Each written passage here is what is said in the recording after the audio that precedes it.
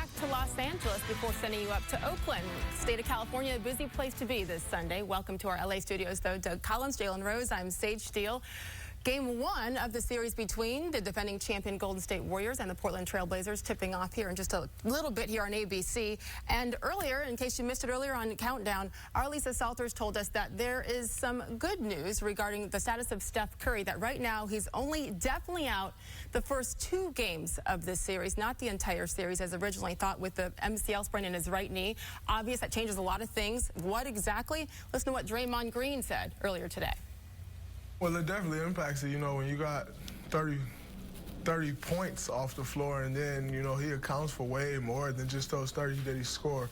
You know, so it definitely impacts it, but, you know, we just got to continue to do the same things that we've been doing without him, moving the ball, everybody cutting, everybody moving, and do it by committee. You know, there's not one guy that's going to come out and make up for what Steph do. You know, even if somebody come out and get 30, it's still not going to bring the impact that he brings to the floor. So obviously these guys have confidence without Steph Curry, as they should. But your thoughts on how this plays out, game 1 today without Steph? They're a complete basketball team. And by the way, the only person that's made more threes during a regular season than Klay Thompson is Steph Curry. He's still on the Warriors. It's just going to look different. You're going to see the Portland smaller backcourt with Lillard and McCullough do a lot more switching. So Livingston, Klay, Draymond, and Barnes are going to do a lot of posting up. That's the major offensive difference without Steph Curry. Well, if you think with Steph Curry, their bread and butter play is a screen roll. All right, so there's really 2 options normally a defense has. They trap it, which puts 2 on the ball. Now you get Draymond Green in the middle of the floor with that death lineup, and you're playing 4-on-3. Or they switch it, of which Steph Curry now has a big guy on him, or you roll your big down and maybe get something down there. So just one little action creates a chain reaction in your defense when Steph Curry's on the floor. The only other guy they will do that with is Klay Thompson. Klay Thompson, they'll usually trap him, Jay, and do those kind of things. But the one thing I look about a Golden State is this is not the first game they're playing without Steph Curry. They've played the last 6 quarters without him. You know what they are? Plus 60. Plus 60 the last 6 quarters. So just to get to what they are a complete team. They play a system. The ball moves. They have multiple playmakers. They're smart. They're tough, and they have swagger. And they're defending champions, and they're confident to prove to all of us that they can be successful and prove to Steph that they can hold it down with them being injured. Did Doug just say swagger? Swagger. Doug just said swagger. Anytime I look at Jalen, the first thing I think of is swagger. Swag. I know. I just love it. Mason Plumlee. That is a young man that everybody's known his talent. He really showed it in this series against the Clippers, Doug. What do you expect from him against the Warriors? Well, a lot of it's going to be depending on what Golden State does in screen roll. Because in the Clippers series, watch what happens here. They are trapping these guards. So you ever seen this play before, Jalen, where you get trapped and you throw the ball to the middle of the floor? That's what Draymond Green does. The hockey assist. Exactly, and he's a very good playmaker. 10 assists one game, 9 assists the other. He became their critical playmaker, getting the ball in the middle of the floor, offensive rebounding, his impact on the game, but it was because of the way the Clippers played their screen roll. See, once again, 2 on the ball. This is what Steph Curry does. Now, the difference is Mo Harkless, Amino, those guys, Gerald Henderson, are not the 3-point shooters, more mid-range. But here, once again, 2 on the ball. Drop the ball back off to Mason Plumlee. When he was at Duke, he really wanted to make plays. He didn't want to score. And here he is once again in the middle of the floor. They help. He finds the 3-point shooter behind him, and they knock it down. So is Golden State going to allow Mason Plumlee to be a factor in the series based upon the way they play screen rolls? Jeff? Portland, a guard-driven team, and rightfully so, with the most improved player in C.J. McCollum and Damian Lillard, who's second to none, especially when he gets going. But they became a complete basketball team, as you mentioned. Plumlee's production, Aminu had a 30 in the game. Harkless is playing quality minutes. Henderson and Crabbe have now earned the trust of the coaching staff also. Keys to the game, Jalen, go. Efficiency for the backcourt of the Portland Trail Blazers. They're going to have a lot of pressure to score a lot of points. Can they do it and do it at an elite level? Well, the one game they won, the 2 guards had 72 points combined. Yep. So those guards are going to have to score big. And in this series, in the regular season, 3-point line. The Golden State averaged over 16 makes, Portland over 14. So this could be a three-point shooting contest. And that one game they made was when Damian Lillard, or they won, wasn't when Damian Lillard went off for 51 points coming right off of the All-Star break. So what do they take from that they apply immediately? Confidence.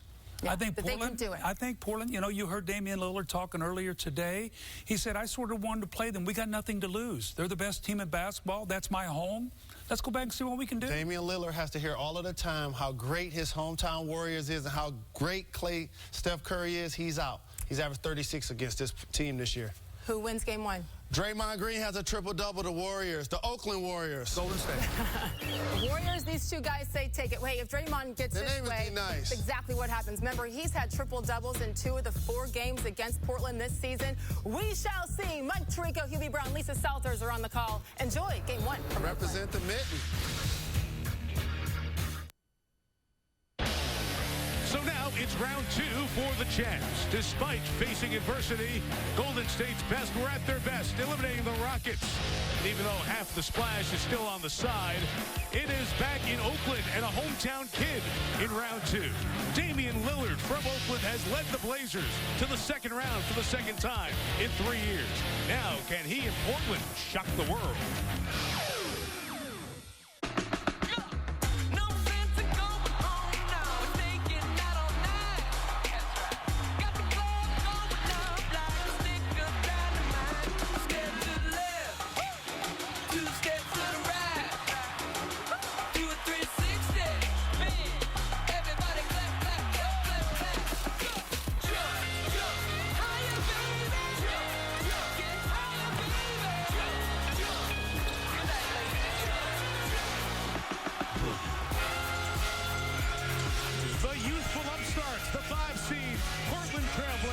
And the defending NBA champion Golden State Warriors start round 2 of the playoffs with game 1 of the Western semifinals for these teams here at Oracle Arena. Beautiful day in the Bay Area.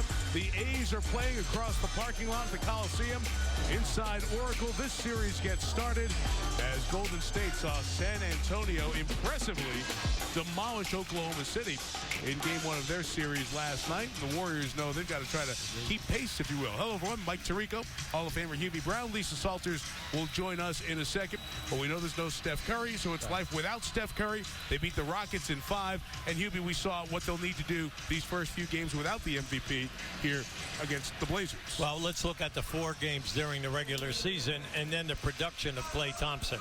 And you're going to see not only the fact that he gives you 29 points, but the 55% and the 59 and threes along with the assist. A very difficult cover for Portland. And some great guys helping off the bench. There's no doubt about it. Now, Maurice Spates at the center position, and then Andre Iguodala at forward or guard, and then Livingston starting. Look at that.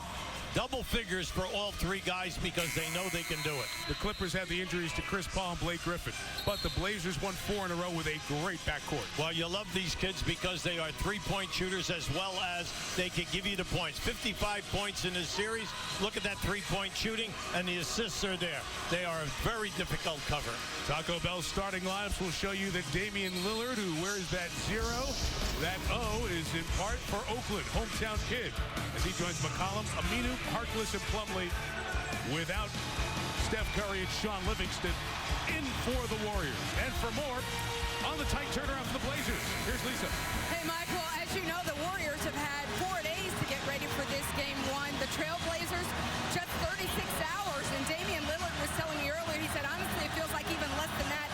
But they don't think that it's going to be a problem because they knew they were going to be playing today no matter what, either in a Game 7 against the Clippers or in a Game 1 today. So they feel like they are still in rhythm. And Lillard, of course, has been in rhythm against the Warriors all season long in the 4-game regular season series, averaging 37 points a game, and he gets to do it today in front of a lot of family and friends because, as you said, he's the hometown kid, grew up right here in Oakland, Mike. Yeah, Brookfield Village, just a couple of miles away here from Oracle. So we are underway with game 1 of this series, a 3-1 series, regular season edge to the Warriors, but that one loss, eye-popping one the day after the All-Star break, a huge 32-point win for Portland. And Steve Kerr said that was good because our guys have Portland's attention right from the jump. Klay Thompson breaks the seal with a three. Well, watching both of these teams, they are big in the three ball. You have the first team and the fourth team in the league in attempts.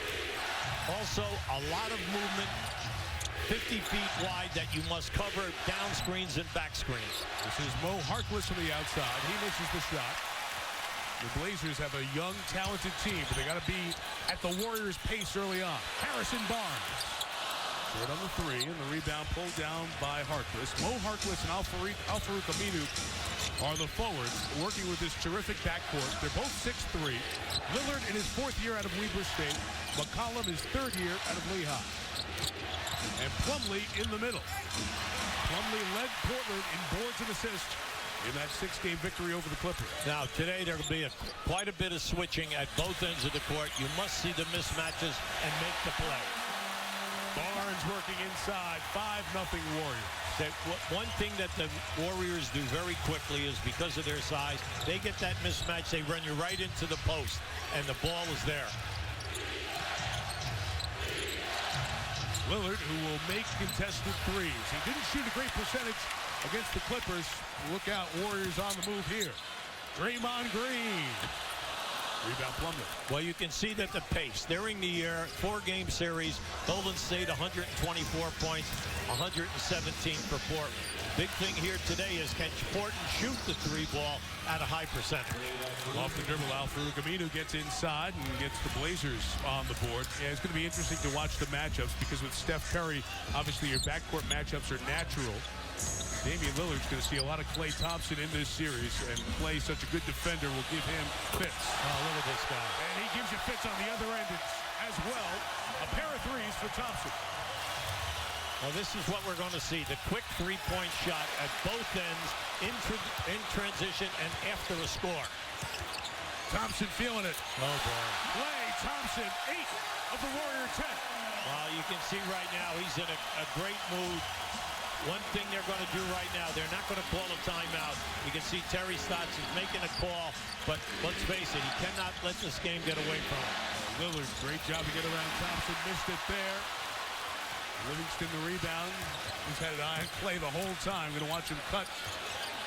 Well, see, right here now, this is Livingston meat and potatoes throughout his career. Right there. That's okay. The ball was in the hole, but you get a switch like that, he'll take you right down inside. Where it's going to be advantage Golden State on those matchups because of the lack of height in the backcourt for Portland. Air ball from Al-Farouq Aminu. Now, he's been taking 6 to 8 threes per game, so you have to honor him because he shoots a decent percentage. Thompson again. Oh, look up, look up. See, that was too bad Plumlee lost the ball, mainly because McCollum was already down behind half court. Draymond Green at the rim denies Al-Farouq Aminu, who gets it back. Not sure what to do. There's 5 on the shot clock. McCollum dealing with Livingston. Tough shot, and the game's first foul is going to be on the veteran Sean Livingston. Well, very good crossover to open yourself up. Now, when you talk about Golden State to people in basketball who are coaches, the first thing you start out with really is the defensive end. They are outstanding. In the previous round against Houston, one of the high-octane teams, held them 91 points in the series. Now, can they do that in this series? Can you get Portland down below 100? Now, in the early going, if I'm Lillard, I'm a little nervous right now because I've had a couple of looks, and they're all been bad. But I forced up the shot, didn't even have a chance to score. Those looks are going to be tough with the defense from Klay Thompson, and those guys play similar patterns in the game, when they're in, when they're out, through that first series and most of the meat of the regular season. So it's going to be a lot of that look for the best player on the Blazers. But for those who didn't follow Portland nearly as closely as you did some of the other higher profile teams in the league, what a year for Terry Stotts. 44-38. They made a lot of changes in the lineups. A lot of folks thought this would be a lottery team this year. As a matter of fact, when they woke up on Christmas morning, this was an 11-20 team. So you think, okay, this thing's done for the 13th in the West. A couple of 5-game losing streaks. But look at the strong finish. QB young players, many of whom saw more minutes than they ever played in their career in a single season. stepped up and kept elevating, and they ended up the 5 seed.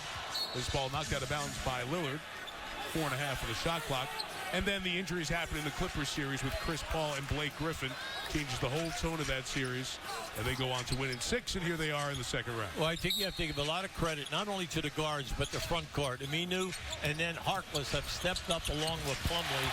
And during that period of time, they're 11-4 once they went to this lineup. Andrew Bogut knocked down 12 field goals in the 5-game victory over Houston. Has one there. The lead is 8. Interesting matchup early on. It's Draymond Green guarding Plumlee. Thompson pulls up at the line. And beautiful cut to get free. And the feed from Green. Timeout, Portland. They give you that give-and-go basketball. That's what you learn when you're in a grammar school, the elementary league. Cannot lose your man. We'll check out today's Better Matters. It's brought to you by Verizon Wireless. 10 of the first 14 for the other Splash Brothers. Play. Now you can see right there, Thompson came off of a staggered screen. Here in transition, he just creates a space himself. Now, anytime that he drives down that baseline, you must protect yourself about the fadeaway. Now, when you play defense against Golden State in transition, they love the give and go. They love the give and go, and then they love to pass and back screen on the opposite side to free up a guy going for a layup. So with their pass, great assist team. 5 of their first 6 hoops assisted. Thompson off the turnover, missed the 3, and Lillard takes it away from him. Now this is what they're good at. They're good at forcing turnovers. Lillard steps back. It was a 2, but it was off. And it's a poor shooting start, he said, for Portland. 1 of 8 to begin the game. Yeah, and the main problem, Mike, is they're 0 for 4 in the 3-ball. We told you they make 11 a game during the year. And then also Golden State makes 13. There's not that much of a difference. Barnes a 3. Bogut has position on Plumlee. Look at the passing. Gorgeous. Green inside 16. In the playoffs, the second best offensive rebounding team in the league is Portland. Well, at the other end of the floor, Portland is going to have difficulty in this series keeping Golden State off of that board. McCollum the miss, 1 of 9 out of the gate for Portland. And one thing, their big scorer, Lillard, did not have a good field goal percentage series in that last series. Taken down low by Thompson, who wants the repost. That's what you do. Go right back in. Always when you feel that you're not comfortable, kick it out and then repost, return pass. Excellent move. 12 of the 18 for Klay Thompson.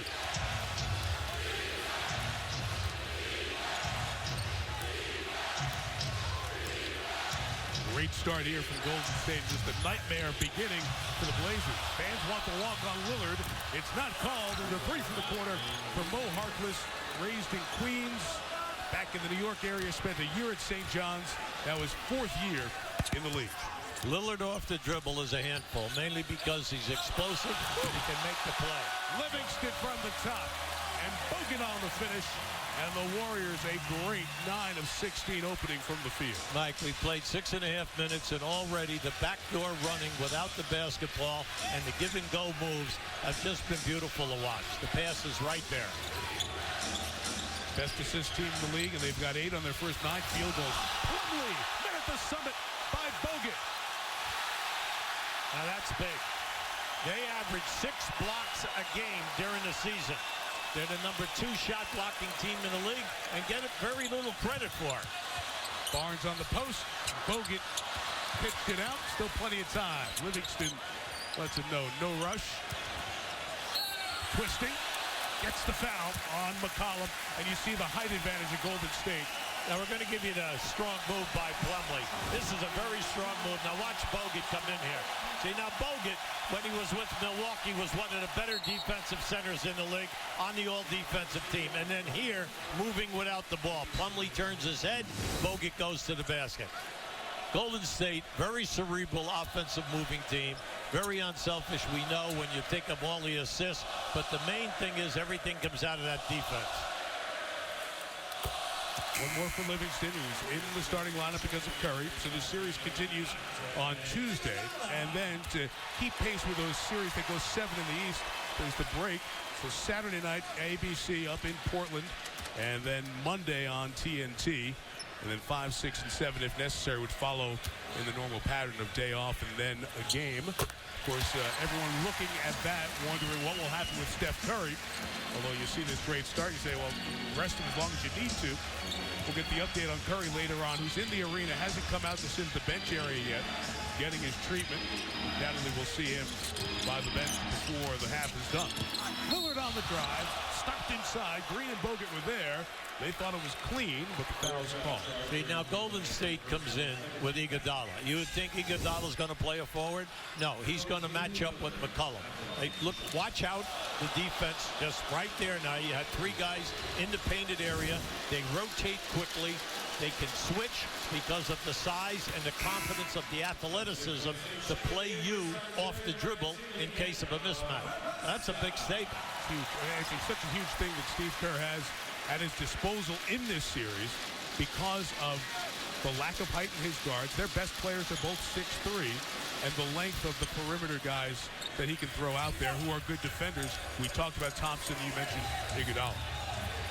No drop up with the D, Mike. And then when we say they can anchor it all with the shot blocking, which is another major bonus. So the 2 big shot blockers, Green and Bogut. A good hounding taken away from Barbosa. Lillard on the drive. Wild release. Harkless goes over the back, and Green touched it last. Draymond Green not happy that Monty McCutcheon didn't call it. Well, you can see that Lillard, he was upset because he thought he got a little bump on his way up. And he went right over to Monty McCutcheon to make the complaint. James Capers, John Goebel worked the game with Monty McCutcheon. Easy rebound comes to Thompson. Portland just cannot get anything going to the outside. Well, the 3 ball has been brutal in this early going. No for Iguodala. Plumlee tries to secure it. Did a very good job in that last series doing just that. Not afraid to start the play. Doug Collins mentioned that in the studio during his Duke days. He would just take the ball and go off the board. The desire to be a playmaker. Nice little bounce back here by the Blazers. And Steve Kerr takes time out. Golden State doubling Portland in his first. NBA playoffs on ABC. Today's King of the Court is brought to you by Burger King. A little bit of a homecoming. Damian Lillard, not too far from here, as we mentioned, grew up in Brookfield Village, just 2 miles from Oracle, and his high school just a half dozen miles from the arena here. So he is thrilled to come back. Product of the Wildcats at Oakland High School, and has played well against his hometown team. 3 of his 5 top-scoring games this year, including 51 in that game after the All-Star break, the 137-105 win, which turned out to be the worst loss of the season for the Warriors. And Lillard thrilled to come back and play a second-round series against his hometown team. Wow. Klay Thompson, what a start. 6 of 8 from the field, dominating the game. He has 14 of the 25. Well, he's got three threes, Mike. Now, right now at Portland, you have Lillard and McCollum are 0 for 6. And you just have got to be able to get them some better looks. Right now, they cannot get the ball into the paint with the score.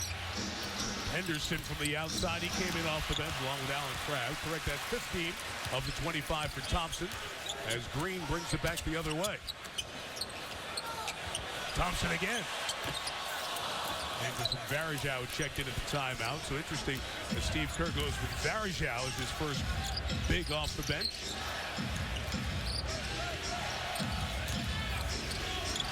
Lillard drawing plenty of attention. Green had picked him up initially. Now Green switches to Aminu. What else is new? Draymond Green seems to defend everybody at all times. Well, their defensive coverage on the dribblers in the paint has been exceptional. Barbosa, 4th 3 hit by the Warriors. They just keep coming with people who can shoot a high percentage of the 3 ball, not only during the season, but at the playoff time. All veteran guys. Warriors have more 3s than the Blazers have made field goals in the first 10 minutes of this one. Plumlee hesitated. Barbosa knocked it away. Ricochets back, Crabbe inside with a strong finish. Have a chance of the 3-point play for a guy who played his college ball here in the Bay Area. Alan Crabb from Cal. I like his talent. He played extremely well in the 3 wins, the last 3 wins over the Clippers. Right there, you can see Plumlee will make the pass, and he'll make the pass in traffic. In the series versus the Clippers, he was the #1 assist player for Portland at 6 a game. But you can see today, when you get in the painted area now, there are 3 white shirts right there. They rotate quick. You kick it out. Their athleticism, they will get to the corners in a hurry. That puts pressure on you in the corners that you must be a quick catch and shoot. Klay Thompson sits with 15. Crabb completes the 3-point play. Ian Clark has checked in. He's seeing more minutes because of the Curry injury.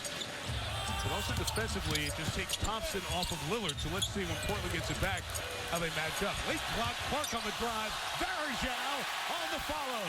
Varejao, ever since he was a young player coming in this league, he plays with his heart. Every second he's out there, he's a monster on the offensive glass because of his athleticism. Lillard sees Varejao. Step back, tough shot. Not good looks here for Portland. Iguodala on the move, through the legs, to the basket. What a play! Iguodala! Come on now, they're going to replay that. You have to get it from out past the 3-point line. He made 2 sensational moves with the dribble.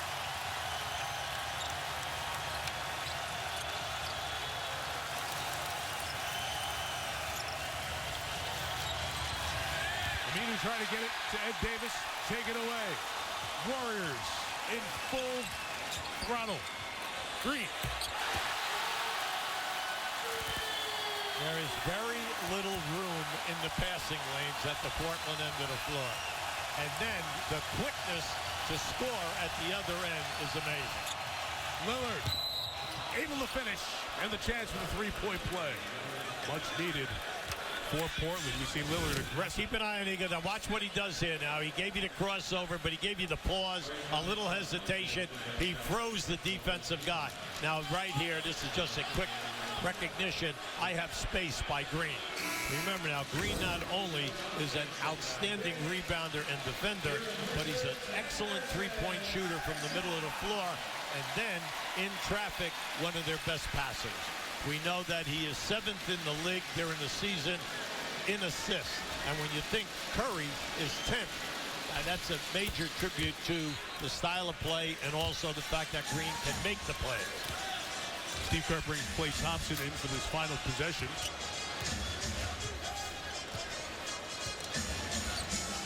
Blazers do have a foul to give. Couple of seconds difference. Game and shot clock, end of the quarter. Play again.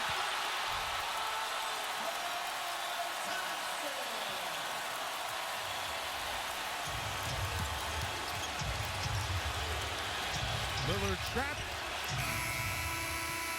Aminu no. End of the quarter. You saw San Antonio's first quarter last night. The Warriors give you one as well. We'll continue with more after this message and a word from your ABC station. Back to Oakland, where it's time for the coach's interview, sponsored by Ford. Terry, already down 20. What gave you problems in that first quarter? That was a lot of fun, wasn't it? Well, it's a long game and a long series. You know, they got off to a great start. Klay Thompson was terrific. You know, we got to regroup. Yeah, how do you chip away at this? I'm sorry? How do you chip away at this? Little by little. You know, 3 quarters is a long time to go, but we got to be more in tune with locking things in. But offensively, we got to play a little bit more flow. Thank you for your time, Coach. Mike? So appreciate Terry's thoughts. It's reality. What can you do? McCollum on the drive gets the early hoop here to start the second. Terry Stotts, 4th year at Portland. Their 3rd stop as a coach is with Atlanta and Milwaukee. Long-time assistant. He and Dwayne Casey were big parts of the team that helped Rick Carlisle in Dallas when they won a championship. Ian Clark on the drive with the basket there. He'll be the lead right back to 20. Well, the main problem is you can't shoot 23% and 1 for 8 in a 3 ball and expect to be in the game. The big thing is just, like he said, you chip away, you give them a goal, a realistic goal, so hopefully the defense will react. But the key is you have to score. And right now, McCollum had his first field goal on that driving layup. Clark behind a Spates screen off of the three. Ed Davis, sixth year out of North Carolina with the rebound. Ed Davis, the one player who's been to a conference finals on this very young, mostly playoff inexperienced Portland team. He played a minimal role with Memphis, where they made it to the conference finals a few years ago. With an outside shot hit by Aminu. There are two areas right now. The three ball has hurt Portland, but also no second chance points. There's a lot of misses. They're not getting any offensive reboundings like they did in the Clipper series. Why? Because the #1 defensive rebounding team in the league, Golden State. Mo bucket. Spates. Wouldn't be denied. Corey Spates. Oh, we can see this early on, Mike. They're so athletic underneath that they're overpowering Plumlee with more than one guy. Now for Camino, didn't have the shot, pitched it out to Crab. Alan Crab, look at the hounding defense. Everybody, Ian Clark, getting his minutes and making the most of them. Good job by Crab to finally find a way to use the screen from Davis and take it back down to 17. Very little is coming out of their initial movements. So it's forcing them to play 1 against 2, 1 against 3 off the dribble, and that's why the looks have been discouraging. Now, will that change? Woo. Nice pass and a look, but the beautiful block inside by Aminu. Late shot clock. Clark from the corner. Spates over the back. Foul on Golden State. Well, Hubie, we talked about the lack of experience for Portland. Look at their starters there. All the highlighted guys are their starters. These are all their 25 and under players, and it's 6 of the 8 that they've been using in this rotation. Again, this is a team that a lot of folks thought would be lottery bound, even at Christmas time.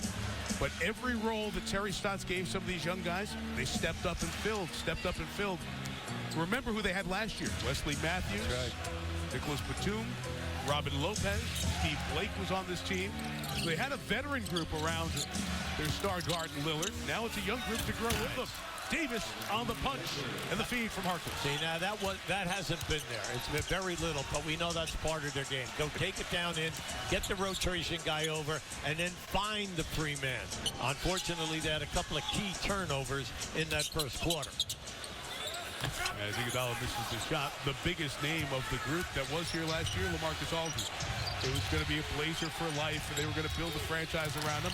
As you watch McCollum go inside, and Davis with the putback, a nice little run here. Aldridge took the obvious great opportunity in San Antonio. Had an unbelievable start to the game last night, and start to that series. And Portland almost hit the reset button, but instead these young players are their next chapter in the franchise's history. I like that moving call. Screen and an offensive foul call on the Warriors. It was definitely the postman who set the screen also enabled the defender to get over or through to make the coverage. Let's take a look at today's cool under pressure moment brought to you by Gatorade Frost. Hornets at the Heat, Game 7, and how about Goran Dragic? Led the way, 25 points, 11 of 17 from the floor. It's his first career Game 7, Mike. He'd advance to the next round to face the winner of the Pacers-Raptors series. Absolutely. He had that step-up third quarter in Game 6, backed it up in Game 7. So Dragic and the Heat move on. They'll play the winner of Game 7 tonight. That's the Pacers and Raptors, and Game 2 of that series will be on ESPN Thursday night, either in Toronto or Miami, and we'll have that for you to start our playoff weekend next weekend. Good start to this quarter, 11-4, now 13-4 with the Davis dunk. Inside, Hubie, that lead as big as 20 is quickly down to 11. All right, now the three-man rotation off the bench for Portland, Crabbe, Henderson, and Davis. They've come in the game here right now with a quick 11 points off the bench. They were extremely productive in the Los Angeles Clippers series.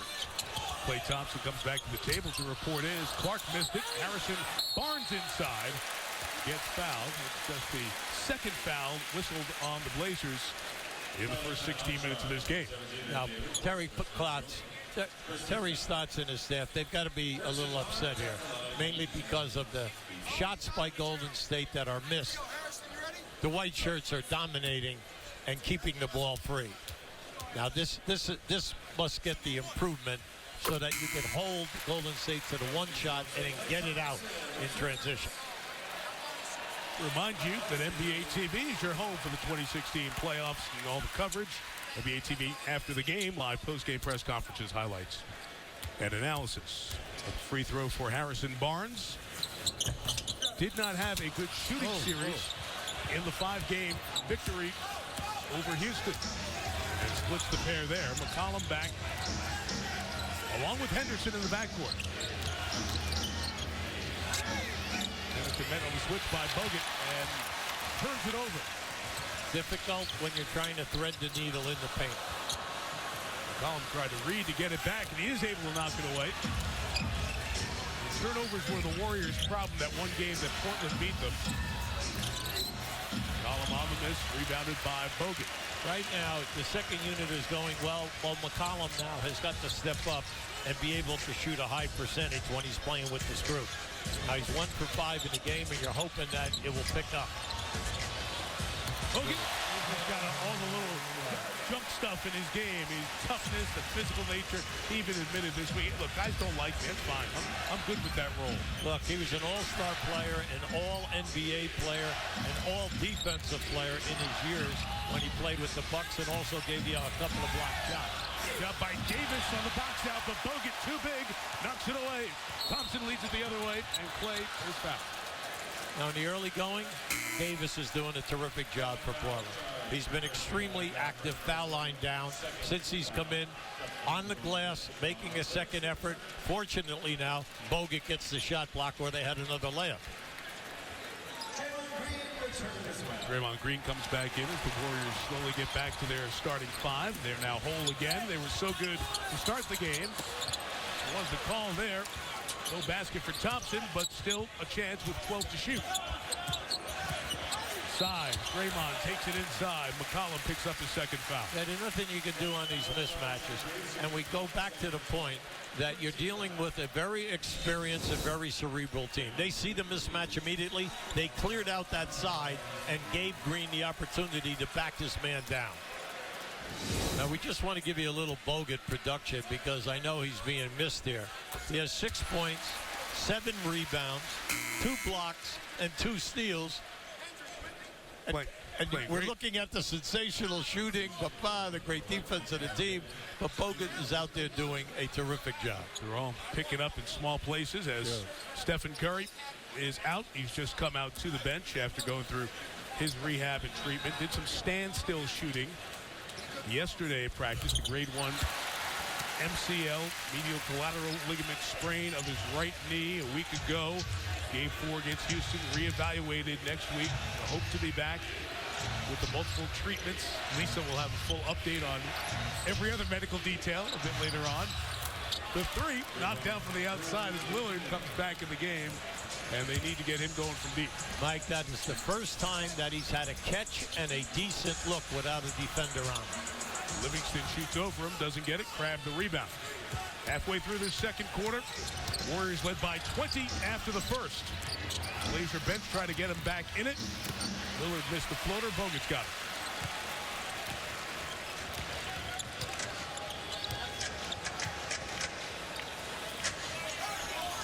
Steve Kerr didn't like the way the offense was run there. The set that was supposed to be called. Henderson got all ball. Came right back to Green. Well, for this team, Mike, they want the ball to be passed within 2 seconds if you don't have a shot. Let's get the ball from side to side so the defense has to play us 50 feet wide. Lillard able to draw the contact. He's got 2 free throws on the other side. That's the halfway point of the second quarter. Game 1 of the West semifinals.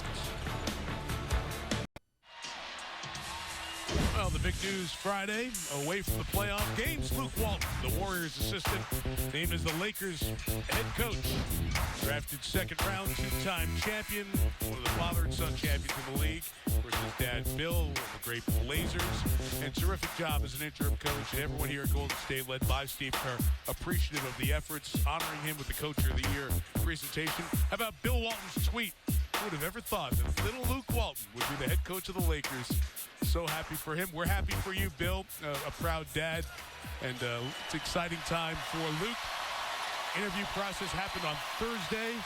Lakers making the job offer the next day. And Hubie steps into a very prestigious chair and a very challenging job trying to get the Lakers back to their past glory down in Los Angeles. Well, after he left the playing, he went around to different coaching staffs and was on different staffs, has a variety of experience of offensive, defensive theory.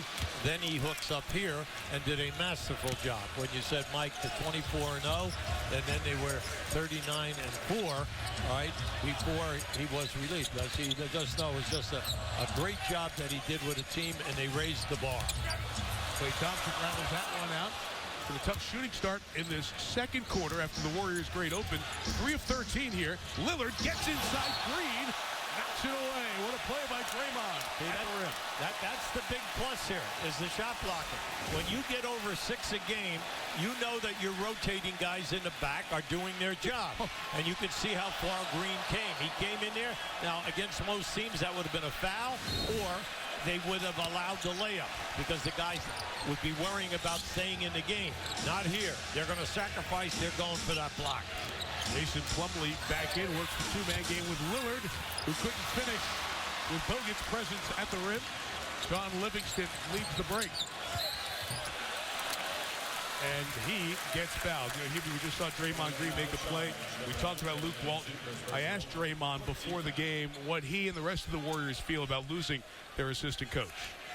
Keeps the environment great. You know, he's a brilliant basketball mind, so he's somebody I like to bounce a bunch of ideas off of. And, you know, he teach me so much, you know, just from his experience playing the position. I mean, the one thing that he was a great passer, you know, and that's something that I've, you know, tried to improve up on, and he's helped me improve up on that. So, you know, I work out with him every day, you know, just getting all the things that, you know, I can get from him. So I'm pretty hurt that he's leaving, but I'm excited at the same time because he deserves this opportunity.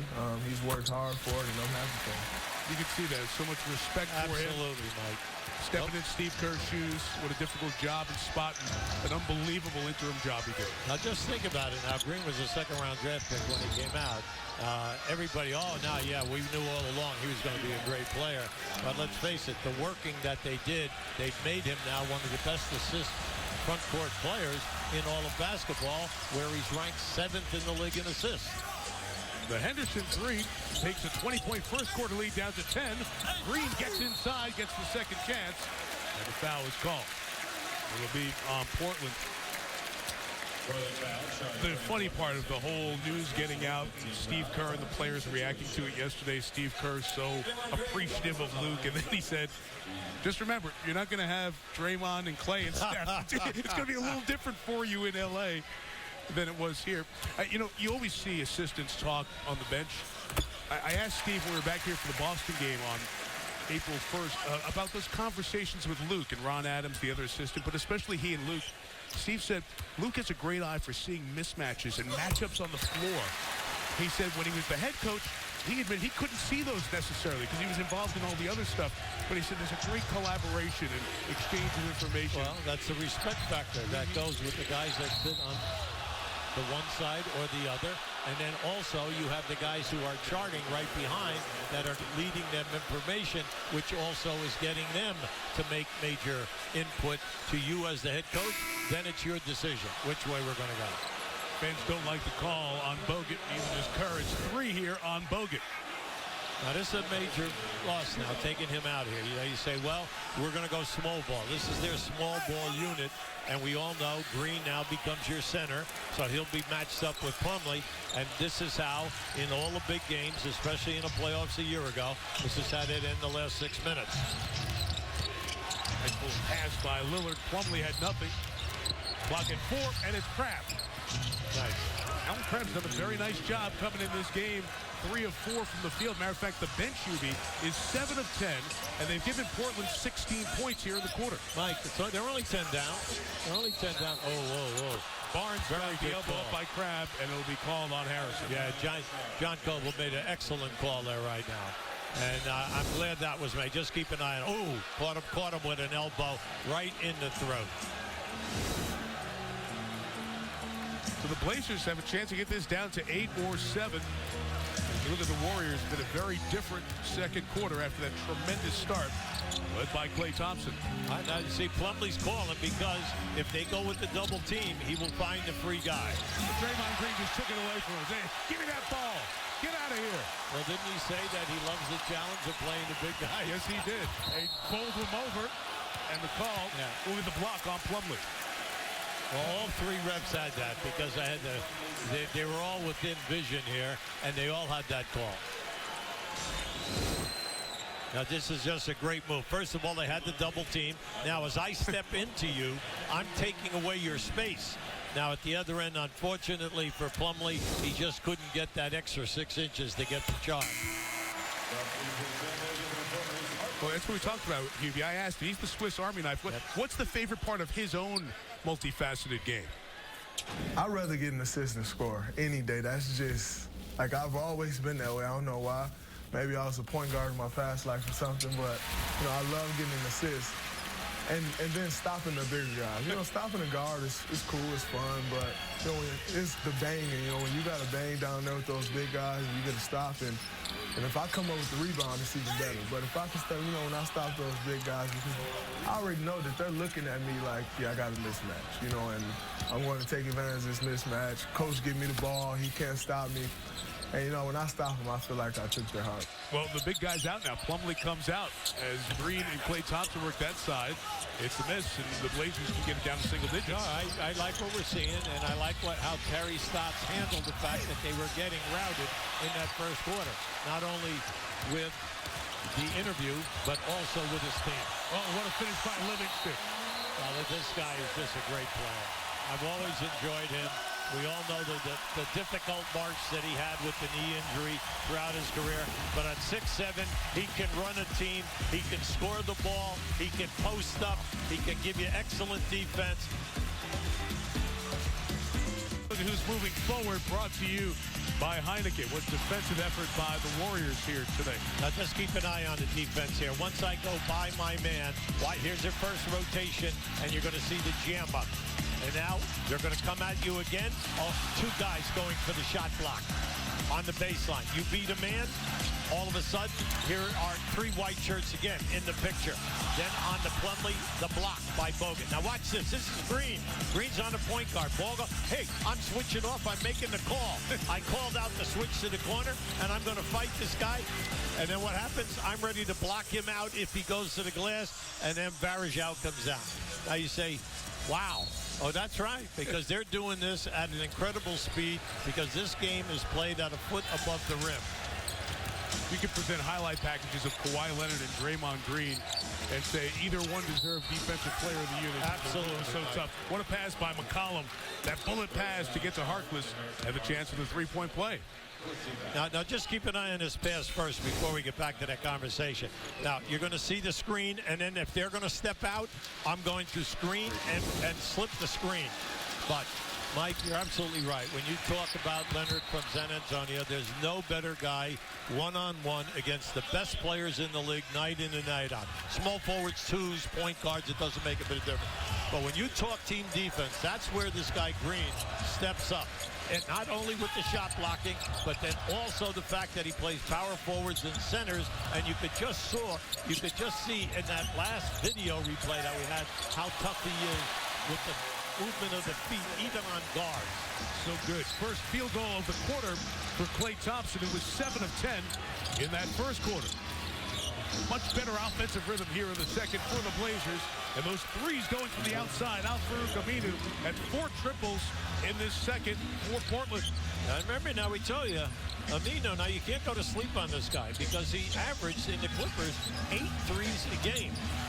Barnes, good drive. Got that shoulder low. Turn the corner on Crabbe and the lead back to double digits. Yeah, Harkless, he's got to give you better defense in that one-on-one. And the block for Green. Stays down here with 16 to shoot. Yeah. Once again, the rotation man is there. You know, you can talk about rotations, and then it comes down to can you deliver while the game is going on, and can you deliver as that shot clock is down. You cannot be afraid of the foul. Crabbe. Nice runner there again on the bench. This bench has been outstanding. 8 of 11 for Crabbe, Henderson, and Davis. Mike, this guy Crabbe can score the ball. He proved it here in the last 3 games against the Clippers. He comes off the bench and he gives you the 3-ball, the mid-range game, and off the dribble. Thompson runs to the corner. There's the 3. Green on the board. The Harkless right now got pushed out of there. You can't get pushed out underneath when you have position because Green is going to make sure that he tries to get on the glass. Change the release in front of the rim on Lillard. Then leads the break. Thompson. Extra pass Barnes. There it is. Timeout, Portland.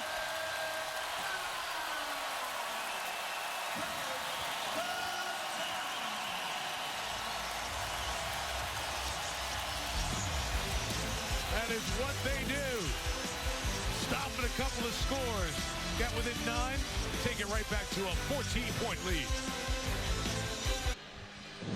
Red Sox won the first 2. The Yankee offense is anemic, and they face David Price, who gets into the Yankee-Red Sox rivalry for the first time. Your storylines are Sunday Night Baseball on ESPN after baseball tonight, 8 Eastern. Dan Schulman, Aaron Boone, Jessica Mendoza will have it for you from Fenway.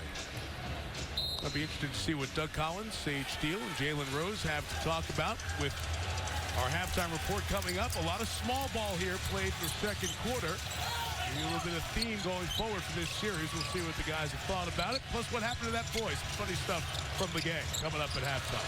Look at McCollum do the dribbling and hope for the corner 3. Off from Al-Farouq Aminu. Livingston back the other way. Or Iguodala, I should say. Green 3.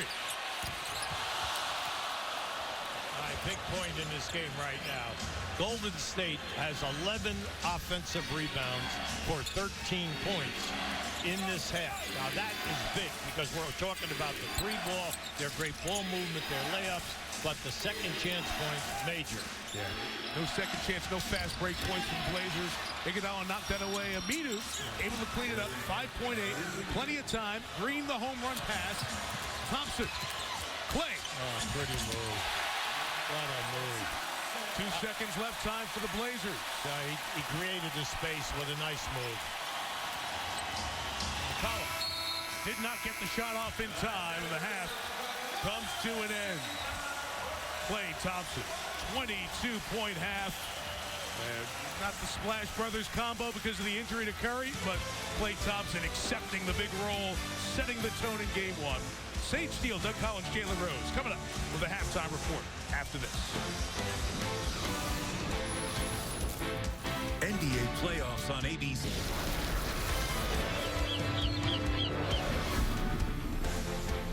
Welcome back to Los Angeles. Doug, Jalen, and Sage with you here at halftime. And it is a 14-point lead in Golden State and Oakland for the Warriors over the Trailblazers right now. You know, the last 3 playoff games that we've watched here, starting last night, San Antonio, and then Miami, and now Golden State, each of those teams set the tone from the very beginning. Doug, who was it specifically for you? Oh, Klay Thompson. He came out rolling. He hit his first shot, three-pointer, and then just moving without the ball. Coming down, Jay loves this part of his game, little fading jump shot. He loves when he gets in the post. Heat His check. eyes. Back, you know, a little back cut here, gets to the three-point line when the defender turns his head. And then they put him in the last play of the quarter to knock down his shot. They go up 20. He had 18. Portland had 17. And he was the one that really set the tone, along with their defense. When you go against the Golden State Warriors, the players between 6'5" and 6'8" are crucial. And when you watch the Portland Trailblazers, they use a small backcourt. So for the Golden State Warriors, especially without Steph Curry, we're going to take them to the post. As you see, Damian Lillard, guarding Harrison Barnes, along with Iguodala, Livingston, Draymond Green, and Klay Thompson have the size and the ability to go to the post as well as defend on the perimeter. That's my long-term question for Portland if they're going to take the quantum leap. What do you do with your really small backcourt? Damian Lillard established himself as a franchise-caliber player. C.J. McCollum came into his own as a most improved player. Now, can they coexist in the same backcourt without getting punished as they go further in the playoffs as the future progresses? Remember our little breakdown before the game? We talked about screen roll defense, what were they going to do, and how the Clippers played it. Well, today, Golden State, you know what they did? They put Draymond Green on Mason Plumlee. So what you can do is you can switch those pick and rolls now. So instead of coming off, now you've got Draymond Green. Just watch him, just pass him off, switch, force somebody else to take the shot, either Harkless or Aminu on the weak side, which is what they want. And here he is once again coming off, switches off on Lillard. Penetration, he stays in front of him. He has the size to do that. Look at the kick out, and then he comes over and switches again and defends the shot. So when Portland had some success, they were able to get Golden State's big man, their 5-man, in the screen. Draymond blew all those other screens up. That backcourt, 3 for 19. And we're on the same page. That's the salient point, because you see that Klay Thompson is guarding Damian Lillard. Yes. Okay. So now C.J. McCollum, he can't take advantage of his matchup. Yeah. So when both of those guys are 6'5" and 6'6", now the shooting guard or the point guard has an advantage with size or on the inside. Everybody really agrees that this has been the second best backcourt in the entire NBA behind Golden State. So second half, I mean, can they make a change that quickly in a chest? I think playing on the road, you hope to get Damian Lillard hot. That's what they can hope for and try to get C.J. McCollum going. They both struggled in the first half. Al-Farouq Aminu with 12 points. That's your leading scorer right now. But you'll live and die with that if you're Golden State. 3 for 19 for those guards. Open for a reason. That's what they want to do. You give up something to get something. Game 7 was in Miami, and Miami, as I said, dominated from the get-go. Goran Dragic, 25 points, a playoff high for him. And the Heat demolished the Hornets. So he had the mass appeal today. He was back, looked like his old Phoenix days. So they are now awaiting the winner of Game 7 between the Indiana Pacers and the Toronto Raptors. Tonight up in Toronto, it's at 8 Eastern on TNT. That's just wrong time to me. You're going to play reminisce for the Hornets? Wow. I'm going with Raptors at home. Wow, Raptors at home. Doug, you agree? I'm wavering. He's not sure yet. You got some time. Wavering. I'm like Jalen on the fence right now. By the way, you know what this music means. What happened to that boy? What's the respect on my name? All right, time for top plays. And for this, we go back to that Blazers-Clippers series. Game 5, look at DeAndre. Right on Mason Plumlee. Guess who gets last laugh there? With the right hand, too. That would be Mason Plumlee. One of the most athletic centers that the game has seen. Absolutely, but you know what? Mason's playing, the Blazers are playing, Clippers are not, they're recovering. And now here we go. You looking at us like we crazy. Because you are crazy, and everybody knows it. And now everybody's learning that Doug is too, because he does that sound just as well as... What happened to that boy? Oh, Russell Westbrook. They call that a hangman, coach. You get a bad back like that. I call it getting the shorties. Among other things, what you said before. It's a good idea. Hurt. And the Thunder got blown out yesterday by the Spurs, by the way. Klay Thompson, 22 points in the first half. By the way, it's the first time the Warriors and Blazers have ever faced off in the postseason so far. Golden State looking good. Mike and Hubie back after this. Oakland Warriors. This presentation of the NBA playoffs will continue after this message and a word from our ABC stations. Nobody makes it this far on skill alone. It's the teams that work together, talk together, and play together. That take their game to new heights. And figure out how to get the job done. This is a high-profile case. It's very complicated. You're in the pool? Why? I had to question the mermaids. What were you doing while I was working? All right, I'm driving. Go see The Nice Guys in theaters May 20th. Back in the home of the champs. Bay Area, another beautiful day. 9 teams left with hopes of winning the 2016 NBA title. Good start to round 2 for Golden State, leading 65-51 over Portland. Mike Tirico, Hall of Famer Hubie Brown, Lisa Salters, all set for the second half. We'll take a look at our Coors Light cold, hard facts from the first half, a half that we saw Klay Thompson and the rest of the Warriors stepping up both ends of the floor. Well, you could say the kid, how about that? That's at least 3 steps out past the three-point line. No dribble needed. Easy shot. Now, once I give, I'm going. Give and go, cut, and then everyone falling asleep as you would beat him to the basket. Now, I come on the baseline, I get my screen, I catch and shoot. I'm the best in quickness on the catch and shoot. Now, at this end of the floor, this guy's been a monster. Draymond Green has just been outstanding, not just with the steal, but also the rotations. And how about this pass right before the half? And he throws it the length of the floor, and then we get the great execution by Thompson. only fitting a Thompson and Green show that we're seeing, Mike. Absolutely. Combined for 34 of the 65. Meantime, the two guys who've got to get it done. Jalen was talking about the size issue. They combined for 3 of 18 against the long and well-defending Warriors. Lisa, let's look ahead to the second half. Yeah, Michael, I was just talking to Terry Stotts, and he was telling me that he likes the way his team responded in that second quarter. He said that first quarter, wow. He said it was like an avalanche. He said, you know, a lot of that is Golden State. They are a really good first quarter team. So he likes the way his team continued to fight and to get back in this game. The key for this third quarter, though, he said, we cannot afford a lull here, especially early. We cannot let this game get back to 20 early. Mike? You can't let Clay get going like he did in that first half. We talked about going to the break, QB. Let's just remind ourselves. Took the MVP and 30 points a game off this Golden State team. And look at the way they performed against a good team in that first half.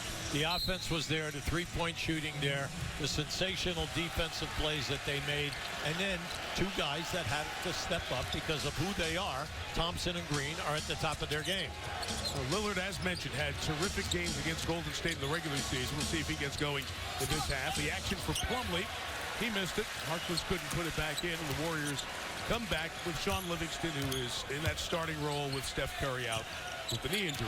Big thing right now in this half, Portland must get Lillard and McCollum going. They're 3 for 18. The rest of the team, the bench outscored Golden State bench 18-11. The three guys played well. Bogut. So the third time he's hit a hoop that looked exactly like that. Just some little bit of a flip, scoop in the lane, 4 or 5 from the field. Mike, he's the kind of a guy, like before the game starts, you put down 10, 11 points, put down 9, 10 rebounds, 2, 3 blocks, and it's there. Alfredo Camino. Oh, my. Very deep. He had a shooting struggle early in the Clippers series. Did get better as that first round 6-game series went on. Turn for Thompson. Wanted the foul on McCollum. Lillard brings it up. Good defense that time because he did not go through the screen. He went over the top and put the pressure. Nice. Undeterred by that deep miss, Aminu hits that one. Alfredo Camino spoke in the last round after those struggles about Ray Allen. Remembering during the finals when Ray Allen was struggling, great shooter, confidence, has to stay mentally strong, stick to your routine, take your shots, know that they're going to go in. Saw it turn around in that series. Got to get a layup here, man. You got to get a layup. Harkless at Green and able to draw the foul on Draymond, who is going to pick up his first personal. So you look at that and you say, well, he got fouled. He's got a 2-shot foul. Well, one more dribble, down inside, under control. You had a chance at a 3-point play. You want him to keep going here. That's right. Absolutely. Take Green down inside, force Green. All right, that way you throw the fade away. Okay, you get, but take him down inside. Now, what kind of a game do you have with a guy on your back? It's the first free throw. Harkless averaged 6 points a game. It improved significantly when he was a starter during this season. As mentioned earlier, he was raised in Queens, New York, Forest Hills High School, raised by his mom and his grandma. Played prep ball at South Kent Prep in Connecticut. 1 year at St. John's and was the Big East Rookie of the Year at 15 points and 9 boards a game. And now in his 4th year in the NBA. Mike, when they put him in the starting lineup, they ended 10-4. And then also, he did a terrific job for them in the playoffs in the last 4 games in the wins. Livingston wanted the call. He's got the basket and the lead back up to 14. If you're just joining us, it was 20 at the end of the first quarter. Blazers got it down to 9 late in that second. Plumlee crashed the glass and kept it alive. And Alfredo Camino, he has missed by a long margin 2 of his 3 threes. That was an excellent play by Plumlee to keep that ball alive. Barnes.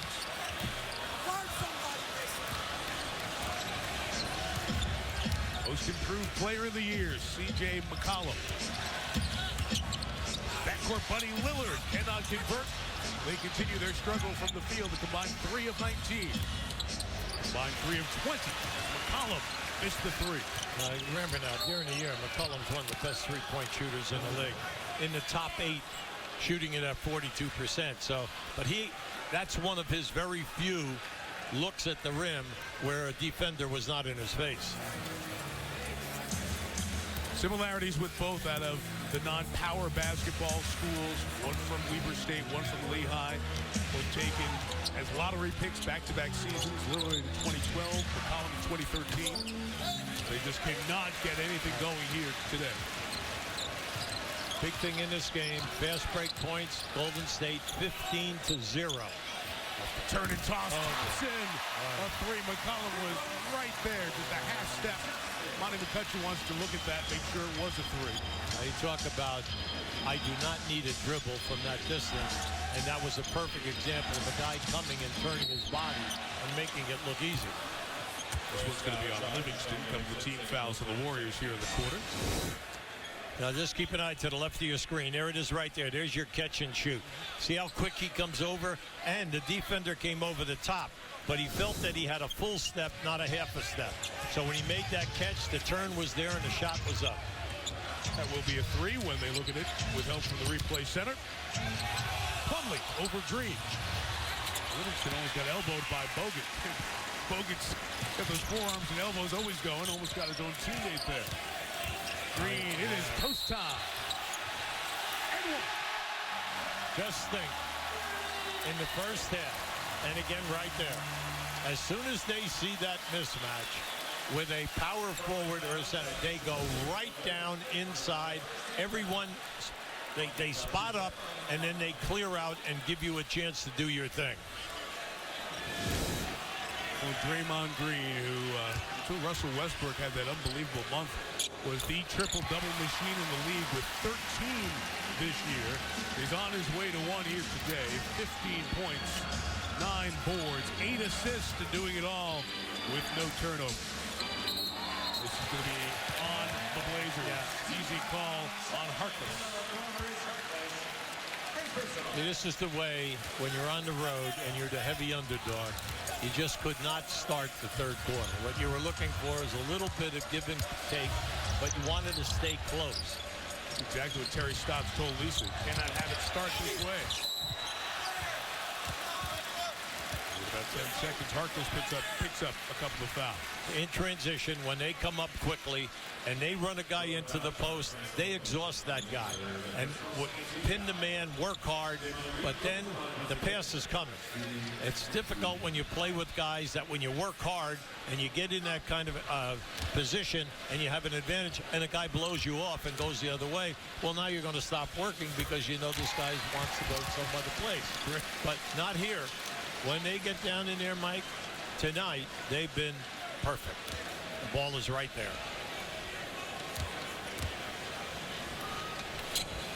Draymond Green, 9 of 9 at the line, largest lead of the game without the MVP. The champs are up 22.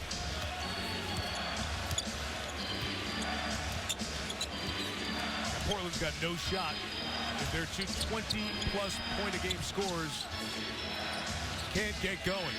So far, they cannot. Lillard hounded by Thompson. A good defender used the Plumlee screen, but Green was flying right in his face. He's not getting any clean looks at the basket. That's right. Very difficult to be able to turn and lock in. Oh, beautiful pass by Green. Livingston couldn't finish. Plumlee the lob. Nice. Flying finish for Harkless. Well, Harkless in the Clipper series, now he scored the ball. He averaged right at 13 points. So he was big for them. Now today, very quiet, but we still got a whole quarter and a half to go. 10-0 run stop. It's punched out of bounds by Plumlee. Well, I'm surprised there that Livingston didn't improve his pass. This is a beautiful pass right on the money. You're relying on the jumping ability of Harkless. We'll hit a timeout. 12-6 start to the quarter for the Warriors. Have them up by 20. Welcome back to Oakland. I am with Steph Curry, who is obviously missing game one of the second round series. Steph, it's been a week since the injury. They were saying 2 weeks, you might be out. You said you were optimistic it could be sooner. Are you still feeling that way? Yeah, I'd like to send good, positive energy to the healing process. I'm doing a lot more rehab-wise and trying to test my body out a little bit. So I'm looking forward to getting back on the court and maybe a practice setting and seeing how it feels. So how does it feel right now as far as the pain goes, as far as the mobility goes? I got pretty much full range of motion back. It's still painful, but for the most part, I can get on my feet and start to do basketball activities that will get me back ready to get into playoff atmosphere. Now, you've said you've been getting treatment about 3 times a day, but haven't really been cleared to run yet. When do you expect to be cleared to actually get on the floor and do some basketball stuff? Hopefully tomorrow. We'll see how it goes. I know there's still healing to be done, so you don't want to rush that process and have any setbacks. But the way things are going, hopefully tomorrow I can get out and do some drills and get some shots up and then go from there. Now, I don't think you've ever hurt your knee before, correct? No, I'm an ankle guy. Yeah, right. I know about the ankle injuries, but never had a knee injury before. You seemed fairly emotional last week when it happened. It had to be pretty scary for you, right? Yeah, I wasn't so much concerned about my knee. I've been through, rehab for my ankle, trying to get back on the floor in the Houston series. And when you have something unfortunate like me slipping on the floor, take me out the game. Like, I want to be out there with my teammates and enjoy, what playoff basketball means. So that was the frustration.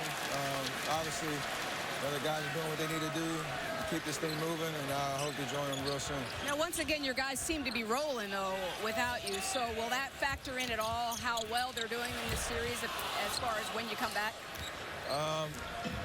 I don't know. I think, obviously human nature, I want to get back as soon as possible, regardless of if we're 1-0, 2-0 down, whatever. So that's all I'm really focused on. When I get to the point where I can play, we'll make that decision. So chances we might see you for Game 3 on Saturday? To me, they're pretty good. So I will do everything I can this week to make that happen. All right. Thank you for your time. Continue success to you.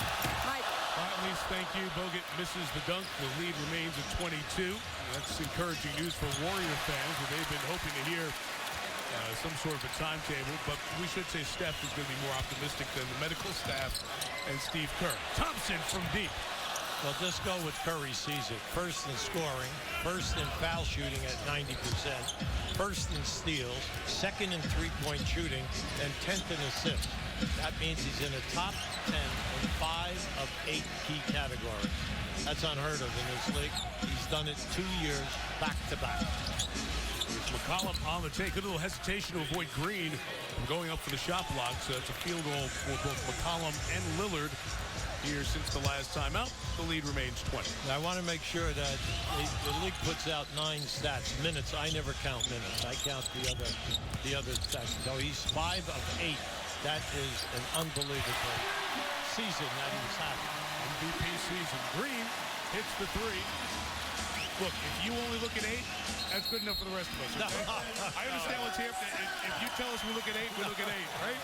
We look at the 8 stats, we look at the loss column. All I look at is he's in it 5 times, and all I know is you tip your hat to that one, let me tell you.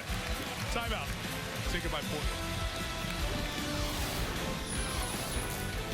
NBA playoffs on ABC. Well, you just heard from the missing MVP. It has made more alliance on this terrific bench. Andre Iguodala, gold medal, the finals MVP, the former Wildcat.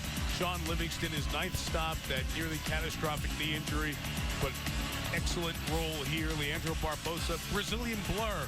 Not that same speed when he won the 6th man of the year, but still effective. And most Spates off the championship group, University of Florida. Hubie, they fill different roles at different times, but with Steph Curry out, the bench has been asked to do more, and you see that they are the best scoring bench thus far in the postseason. There's a foul here on Portland after the drive. Every one of those players has been able to score in double figures throughout their career when they get the minutes. So you're dealing with people with great experience who've been in big moments. And then the fact that the way that they play here is so unselfish, it accelerates their production, which is terrific. Emerson Varejao, Leandro Barbosa, Andre Iguodala off that bench are in to support Green and Thompson. And Draymond Green now 1 assist away from a triple-double. Klay Thompson has 30 points. When you go, 2 guys had to step up today.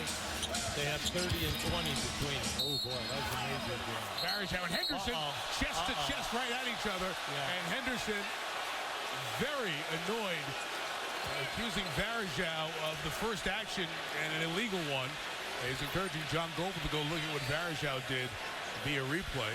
Well, whatever it is, it happened down on the left side. Gerald Henderson got up after the tangle and went right at Varejao, chest to chest. Nobody moved off of either bench. Always an issue. Well, keep an eye now to the left. Now you're going to see, all right there now, Varejao does what did Henderson get him with an elbow? All right, did he? I don't know, with the right arm. Now, Varejao, we all know, flops extremely, he flops a lot. All right, but right there, then the next play, all right? I wonder if he was upset with if not a Varejao elbow by the trip. Henderson was really mad and hopping mad, but it looks like the initial contact was made when Henderson came across. We'll take that back a little bit and look at it as the replay center is involved. Rodney Mott is the official in the replay center. Yeah, let's watch from the start here. Keep it light to look. You're going to see Henderson come across. He's trying to get inside position on Varejao. It's a leg whip. It's the left leg whip of Varejao. Whether that was deliberate or not, Henderson feels it was. And there was the incident. You see everybody gets separated. Yeah, Henderson did a basketball play, and that is go in and block out a 6'10" guy from the corner. So that was a basketball play, and you can see he had inside position. But then the action after that is what started the problem. The anger was the left leg whip, no doubt, by Varejao. Was it accidental? Was he trying to just sneak one by, or was it done on purpose? Steve Javie, who worked NBA Finals with us throughout our coverage of the playoffs. Steve, how would you interpret that left leg action by Varejao? Yeah, now definitely the officials are looking at the leg whip, and with Varejao, whether it's intentional or not, I really believe that the Henderson play coming in first is legal. He's just going in there, there's contact. Yeah. Varejao now kicks at his leg. I think that is an action that is unnecessary, in my opinion anyway, would maybe warrant a technical foul, flagrant foul, maybe not.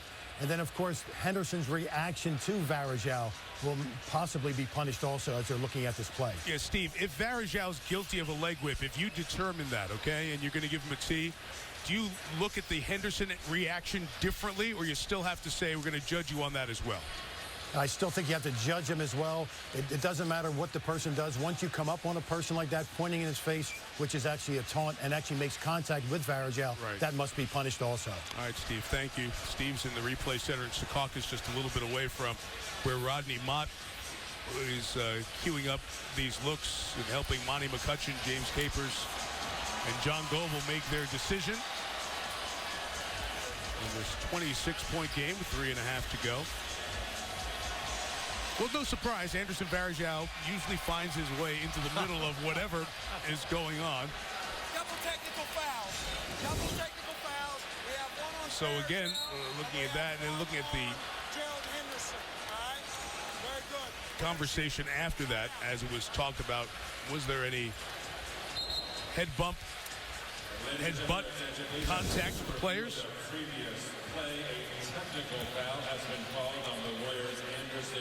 So a double tech, one each way, as Steve Javie indicated it might be. Look, any player that gets whipped like that with a leg whip is going to get up and get in the face of another guy. I don't care who you are. The rule says, oh, you can't do it. Well, you know that if that happened to you, you would get up and you would challenge the guy. You have to go right at him and tell him that's unacceptable. So it remains with the Blazers. No free throws off the technicals. Crab is fouled. Bumped by Barbosa, I think, first. And that'll be the call here on Leandro Barbosa. You know, we're talking about Varejao. Varejao was property of the Blazers. Remember, he was traded from Cleveland in an exchange of, it turned out to be two separate transactions that happened along the way. Channing Frye and the other move as well. But Varejao got to the Blazers roster, was then released by the Blazers and able to sign here with the Warriors. And it's a good signing, Hugh, because Maurice Spates was out with his injury, or Festus Ezeli, I should say. So Varejao and Spates became the big options for Steve Kerr, depending on series and situation. Well, when you look at the Golden State roster, they're backed up at every position, and then they have an extra guy. You know, when you can carry 15 people, they have extra people. But their initial 12 that they can put out there has a ton of experience and totally interchangeable. The other way, Lillard caught an elbow from Iguodala. Well, see, the one thing you do not want to have happen now is that things now change and you allow another run by the second group. Another run by the second group of Portland like they did in the first half. Then all of a sudden the fourth quarter becomes a hassle. More shoulder than an elbow. Lillard working in the lane. Another block. Varejao with the block. He makes contact with Ed Davis. Hits the deck. And once he went down in there, Lillard did not have the ability to gather himself to go up on the block and then on the shot. And then what happened, it was easy for Varejao to get a piece of it. There's two guards that combined 5 of 26. Alan Crabb on his own has hit 5 field goals. He's 5 of 7 and 13 points. He's 2 behind Aminu for leading scorer on this team. That's how he played the other night, Friday night against the Clippers. He came in and did the same kind of action. Varejao knocks down the short corner. Barbosa was tangled with Brian Roberts, who has checked in for Portland. After that last fracas, Roberts, the fourth-year man from Dayton, played just 137 minutes with the Blazers this year. See the size. The size has been really difficult today. How about that from the rear? That's a great point you make, QB, because the size is bothering Lillard on the perimeter and in the paint. And look, who's guarding him? First you get Livingston, you got Thompson, then you have Iguodala, and now watch Varejao run this down. See, their big guys don't give up on any plays. You could talk about Green, you could talk about Bogut, and now you got Varejao coming in. They're all shot blockers. They're always constantly headhunting and looking for you. We're going right at you. No easy layups. Draymond Green, 1 assist shy of a triple-double. Warriors lead by 22, late third. Barbosa. Varejao. And the foul on Portland. I'm just impressed by their offensive rebounding today. Their offensive rebounding has been outstanding. And it makes for the game to be easier and for them to keep the double-figure lead and then to expand. They shoot, they miss, they're on the glass. You say, what's the big deal? Well, they don't rebound, Portland, and get the ball out to hurt them in transition or get McCollum or Lillard out in the open floor. It has not been there for almost 3 quarters. 3 fast break points for the Blazers here today. TNT tonight, Game 7. Pacers and Raptors. Bet you they're out in Jurassic Park in Toronto already, ready to get going. That great atmosphere is coming up tonight. In Game 7, winner gets Miami. Monday night, TNT's doubleheader will be Game 1 of the Atlanta-Cleveland series. In Game 2, Oklahoma City trying to pick up the pieces after San Antonio cleaned them out by 32 points. The ex-Blazer LaMarcus Aldridge with 38, 43-point first quarter. What a start it was to that series. Brian Roberts hits the outside shot as he joins this rotation. Mike, a 9-man here now. Mike, I tell you, I thought he did a nice job when he played in New Orleans. He really did a great job backing up. Varejao the miss. Davis the rebound. The number is 21 here with about 20 to go in the third. I know, watch out now. They get a couple of quick baskets here. Brad gets to the free throw line. Oh, this guy, he's playing good.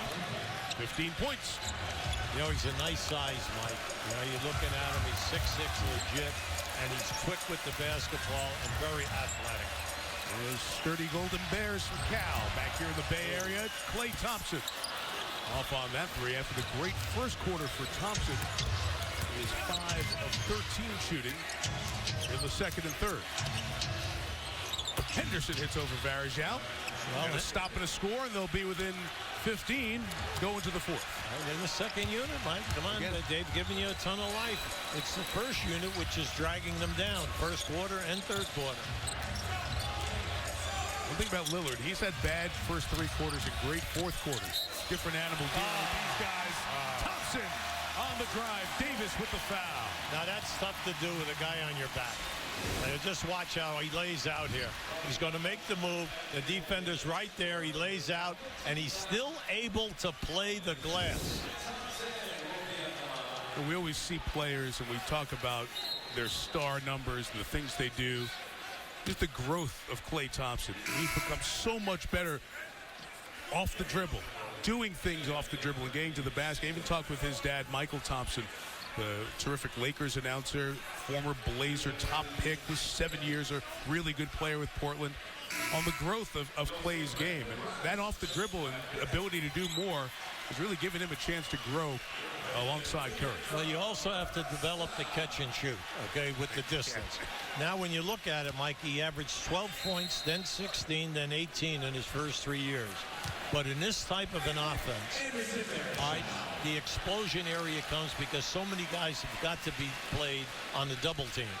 All of a sudden, 21 last year, 22 this year, and then we all know that he's in the top 10 in the three-point shooting, and he's an excellent field goal percentage shooter. And right here, terrific defender. Oh, come on. Right? We all know that on their matchups, they'll move Curry someplace if they have an excellent shooting point guard.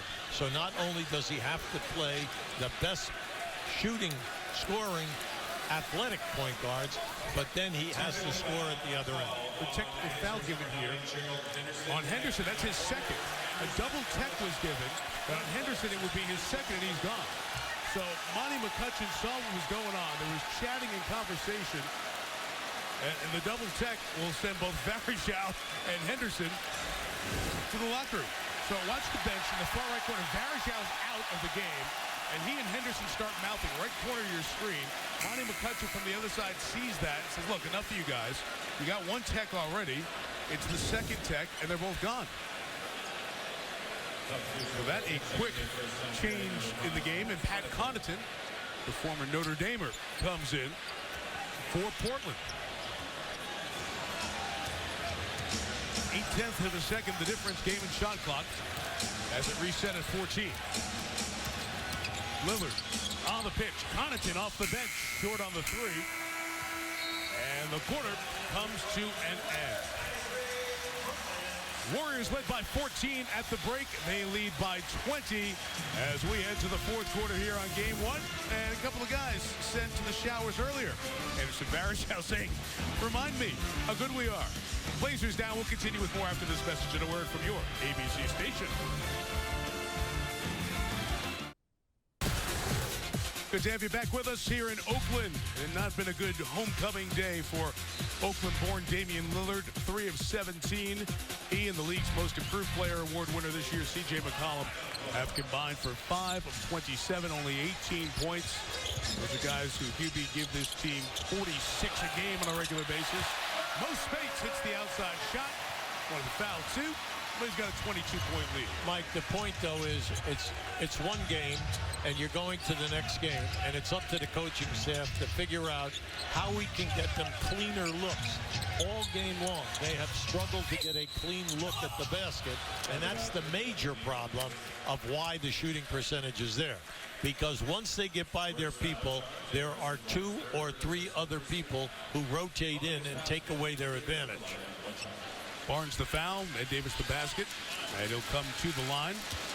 We saw in game 5 of the 6-game win over the Clippers, Lillard had no field goals in the first 3 quarters and then caught fire in the fourth, hitting 3 threes. Really changed the game and really was the foundation for going on to win 5 and then at home Friday night take game 6. There it is. Here's Lillard on the steal, chased by Barnes. Almost got the end one. He'll come to the line. In that game, he came in that fourth quarter and gave them 16 points. And he only had 6 going in. And maybe this will get him going here right now. He's looking for the contact, hoping to get the contact and the basket for a potential 3. Barely brushed, but it's 4 fouls on Barnes. The bench guys for Portland have outscored Golden State's bench 31-14. They have kept the game somewhat respectable, okay? Because coaches never give up. They never give up. And your bench has played terrific, and that's what you wanted to see. Because with them, it's been all hustle and excellent offensive rebounding and following on the break. Well, for the people who didn't follow the first two games of that Clippers series closely, the Clippers won by 20+. They cleaned them out both games at Staples, and it was a bench that had very little confidence, very little postseason experience in high rolls. Davis has 5 fouls now, as he fouls Spates on the outside. But when they got home, Hubie, in games 3 and 4 up at the Moda Center, they played terrific, and it helped propel Portland to an offense that looked more like the regular season. And let's remember, games 5 and 6 are without Chris Paul and Blake Griffin, so significant differences in the series there. Another foul inside. McCollum going to pick Lillard, pick this one up. 2 on Dame.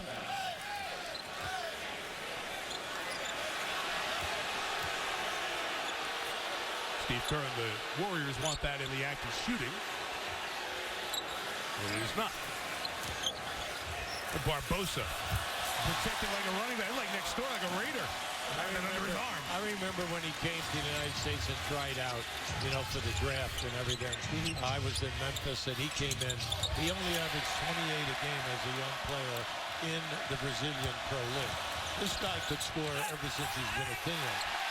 Iguodala to Spates, and the timeout is called. Now, Spates has never seen a shot that he didn't like, okay? But he can shoot such a high percentage. He's the perfect guy because he stretches the position. Sage Steele with today's Bringing It Home update brought to you by Quicken Loans. Tonight in Toronto, Game 7 between the Pacers and the Raptors. Will it be Naptown or will it be the Six? The winner awaits the Heat, who won their Game 7 earlier today. So Pacers, Raptors, TNT, 8 Eastern, Mike. It's the 123rd Game 7 in NBA history, and the winner there will see the Heat on Thursday in Toronto if Toronto wins, in Miami if Indiana wins. It'll be Thursday on ESPN. We'll have a doubleheader Friday. ABC primetime next Saturday night on ABC, and Cleveland and Atlanta next Sunday afternoon for you on ABC. Game 2 of this series is here in Oakland on Tuesday night. And then they'll wait until Saturday afternoon, late afternoon, primetime East Coast game in Portland. Lillard, step back 3, and he knocks it down. He hits so many well-defended, difficult shots. That's what Steve Kerr talked about. They make so many contested, deep shots. You always got to be careful with Lillard and McCollum. Well, during the season, like, he attempts 8 to 9 a night on an average. So, there are some nights that he takes way over 10. But the touch is there, and we know that once ignited, he can run a hard quarter for you. Barbosa, basket downed. Couldn't finish. Space's hand was on the net. Barnes couldn't keep it. It's interesting. There's always a great sound in this arena when Steph Curry lines up for a 3. When Spates has the ball outside the arc, it's like the same thing. People just want to. Yep. He doesn't need the encouragement, but he gets it. There goes. That's exactly what he is. If you didn't get a chance to watch him on League Pass or their few national TV games, this is Lillard. He doesn't care if he's 3 of 20. He's going to get shots, usually make them in the fourth quarter.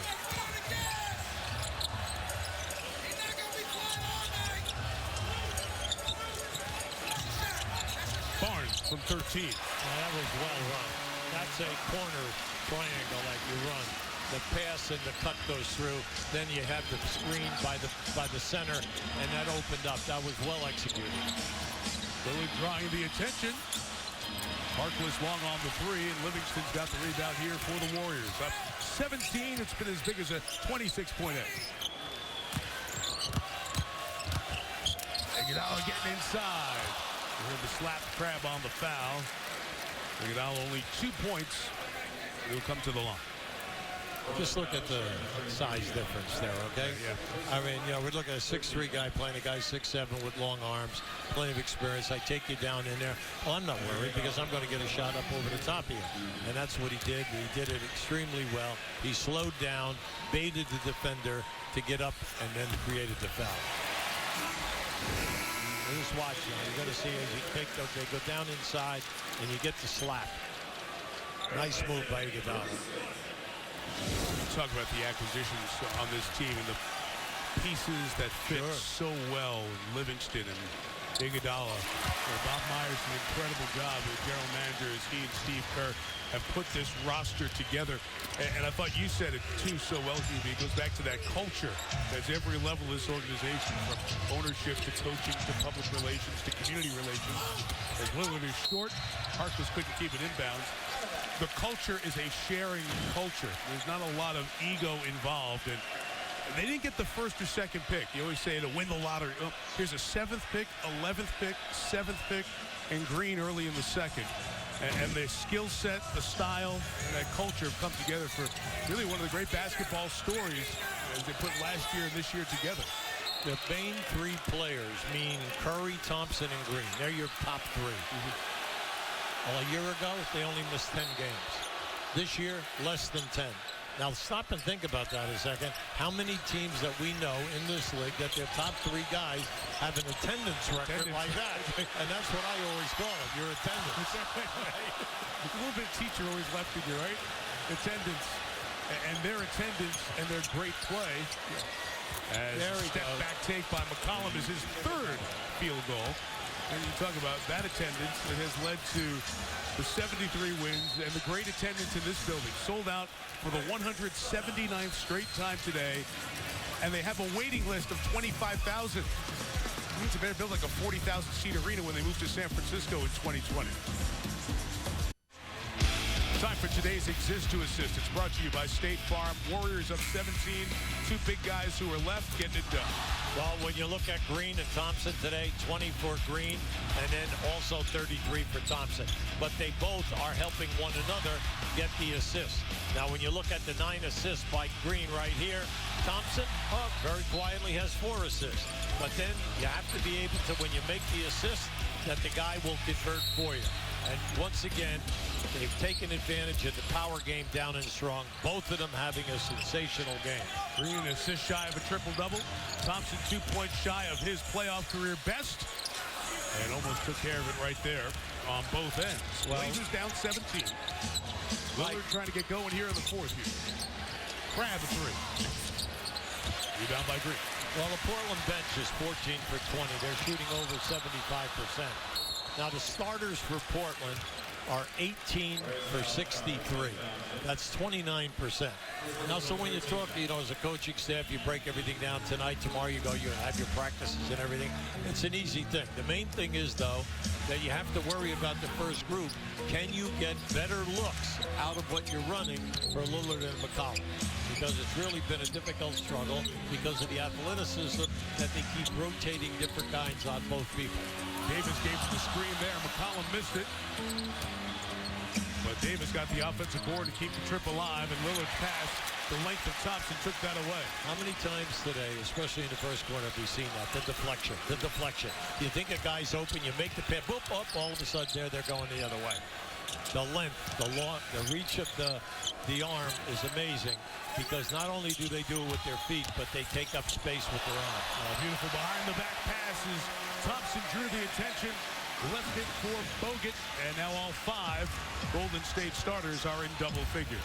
Well, what you like about it is Thompson has 5 assists, Livingston has 6. It's nice to see with your guards make that distribution. They say this one's off Bogut, stays down here.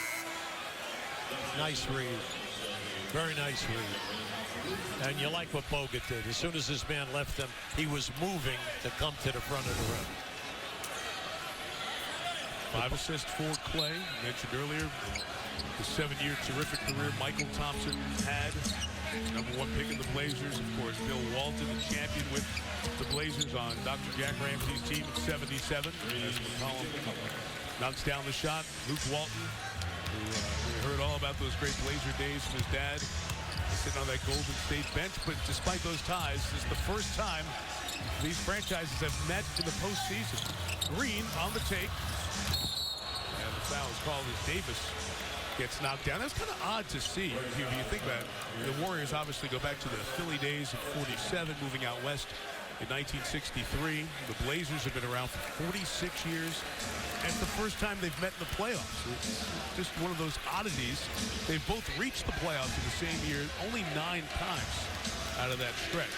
The very dry days out here for the Golden State franchise, which is why this resurgence has been so wonderful to watch. McCollum, a very difficult shot, picking it up from his ankles after the not clean catch. Well, Mike, you brought out a great point about the history of the Portland franchise. Even when they were won it all in '77, the next year they were like 50+ and 10. And then Walton went down with the first of many operations on his feet. And that was a very big shot that they had to try to overcome. But they still maintained getting to the playoffs, as we know, 25 out of 26 years in that period. It's amazing. Amazing run, an NBA record 22 in a row. Thompson got it back, got fouled, so he'll come to the free throw line and try to set that career playoff high. That's it for Davis. Davis is fouled out. He's done a terrific job. He really has. I know he's upset about the call, but that's not the point. The point is that he came in and he really gave them a shot in the arm with the 11 points and the rebounding and his hustle on the inside in the painted area. And he's going to be a thorn in the side of Golden State as we march along here in the series. Well, that North Carolina championship team back in 2009, they beat Michigan State at Ford Field in Detroit. Thompson missed the free throw.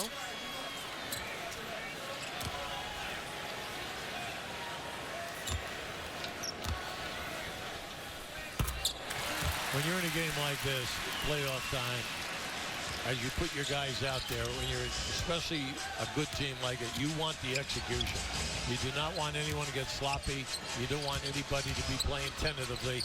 You want the effort and the execution because you still want to send that message for the rest of the game that you're not letting up.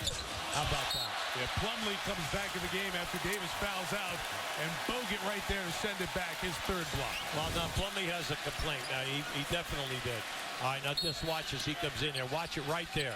See, he gets the block, but he also got hit. Oh, there you go. Easy now. Bogut was holding him, dragging him, and pulled him down. Been a frustrating day for Plumlee. He's 0 for 7 from the field. See, the size of Bogut is giving him a problem in the paint. He's had a lot of nice little moves. Now, you're going to see the two of them right in here. They've been off a little lockup, but that's okay. Come on. With big guys, that's expected. Are you kidding me? The other guy would be called soft if they didn't get into that kind of stuff. Plumlee was drafted in the first round by the Nets a couple of years there. First year with Portland, has done a nice job. And of course, the Plumlee surname has been a part of Duke basketball the last 8 years with Miles, who's now with Milwaukee, his 4th year in the league. Mason here, and Marshall Plumlee just wrapped up his senior year at Duke and will be heading to the Army. Going to get that special waiver because of his size, but really gave a very emotional talk at Duke's senior banquet last week. It's a terrific basketball family over the years. Pratt on the turnover. Draymond Green turned that down along with Harrison Barnes. Great transition defense. McCollum bangs it off the window. It's 15 with 4:20 to go. I like what Crab did there right time, but you know, when the leg went out and he slipped on the floor, he really made a good decision. A great hustle by Lillard. He knew the timeout was coming and dove at that ball as it was being bounced before they got to the hash mark to call the timeout. Blazers not giving in at all. Down 15.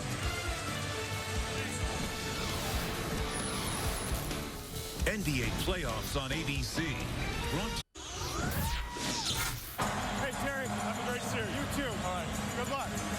You guys are doing a fantastic job of helping each other down there defensively. Everybody's getting on the glass. They're going to hit some tough shots like that last one. No big deal. Stay with the game plan. Nothing can break those huddles with Steve Kerr and the Warriors, except perhaps the parachutes dropping free French fry coupons. Two dropped right into the huddle.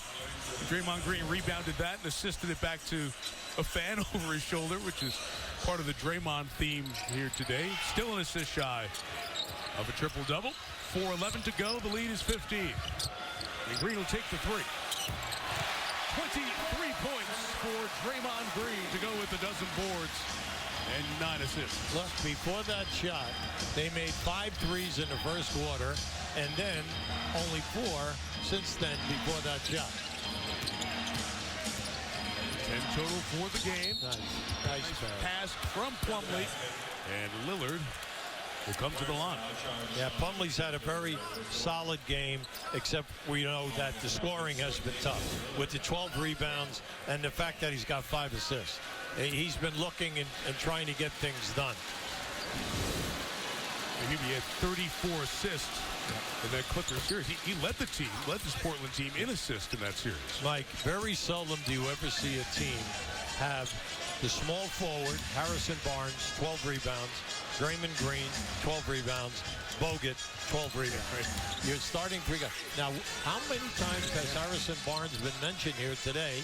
Yet, he has double figures, and he's got 12 boards, and he's got 10 steals.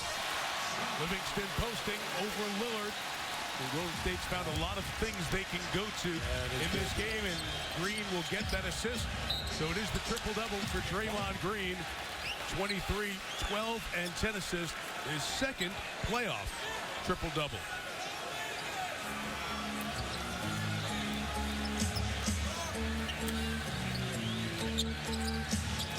Today, Warriors franchise record. With his 13 in the regular season, second to Russell Westbrook. Westbrook had a great surge in March, as we said, to lead the league in this season's triple-double count with 18. Foul inside, again the size. Lillard just holding on to Andre Iguodala. You know, we've mentioned QB Portland beating the Clippers several times, and the injuries to Chris Paul and Blake Griffin is so much a part of that. Portland still had to win the game, so they were tight games. And in that, we did the game Friday night. So much credit to Doc Rivers and the Clippers for how they played, and especially Austin Rivers, who took 11 stitches on 2 separate cuts over his eye, an accidental elbow forearm he took going for a rebound in the first quarter, and played a great third quarter. How about Terry Stotts was real classy. When we spoke to him before the game, he said, you know, Austin Rivers had a lot of respect for a lot of our guys, but after that game, anybody in the league who watched that has so much respect for how Austin Rivers plays. The biggest thing, when they put him back in the game, he immediately went into the paint the next 3 times that he had the basketball, challenged everyone, made some shots, and then directed that team beautifully. And as we all know, the game could have gone either way in the last 15 seconds. Doc addressed his team with a very similar message to how he addressed his team last year. And it was just reiterating how put your heart and soul into it with a group of guys is what this is all about. Green couldn't make the 3. And Doc, to paraphrase the quote, he had his heart broken every year he played by not winning a championship as a player. Got it as a coach. And Lillard is getting a little bit more on track in this fourth quarter. But the eternal pursuit of it for the guys who never get it, come back and try to find a way to get it. That's what drives so many players in this league. Well, they played great defense throughout the last 4 losses. And unfortunately, but give Portland a lot of credit. They played terrific. Thompson, 37. We said at the beginning, this series of 4 games, Golden State averaged 124, Portland 117. So we're going to see a lot of action throughout the series. Iguodala threw a shoe. Green gave the foul. They've combined for 60 points of the Golden State 116 here today.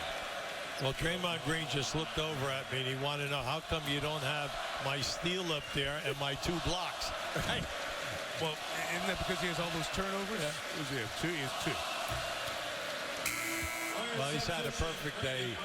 The shooting percentage has been great, but also 9 for 9 on the line. You look at that entire thing across the board, and then the defense, anchoring the defense in the painted area today has just been very nice to watch. Lillard held in check with 12 points through the first 3 quarters, has 16 here in the fourth. He's gotten to the free throw line in this quarter. He has shot 4 of 7 from the field, made some 3s, so the number will look really good, but we know Lillard didn't have the same impact that he's had in other Blazers games. Green's a hoop away from a career playoff point high. Plumlee with a block on Thompson, and Lillard brings it the other way. And he has 30. See, you notice where all the points are coming.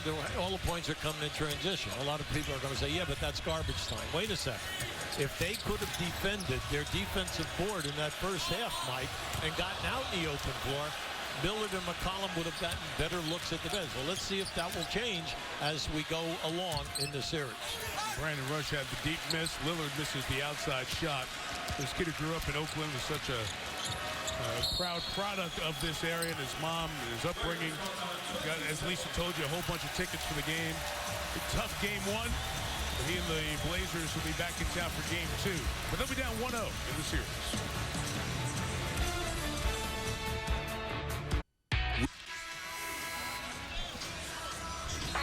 Over on ESPN tonight, it's Sunday Night Baseball and then Sports Center.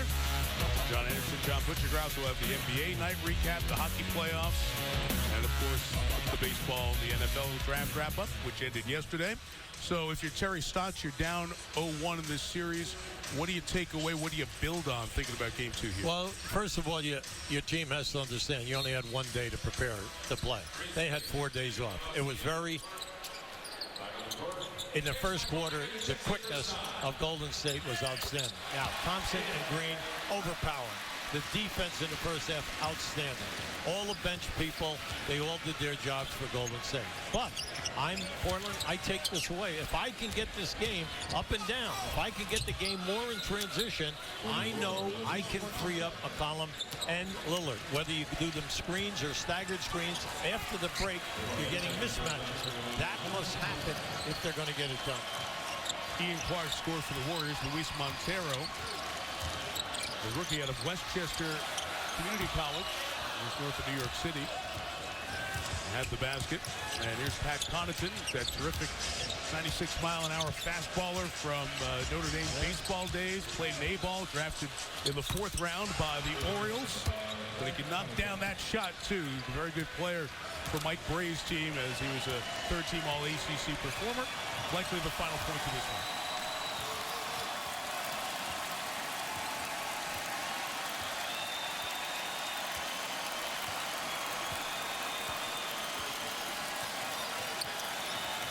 Clark wants 2 more. No, pitch to Mo Bucket.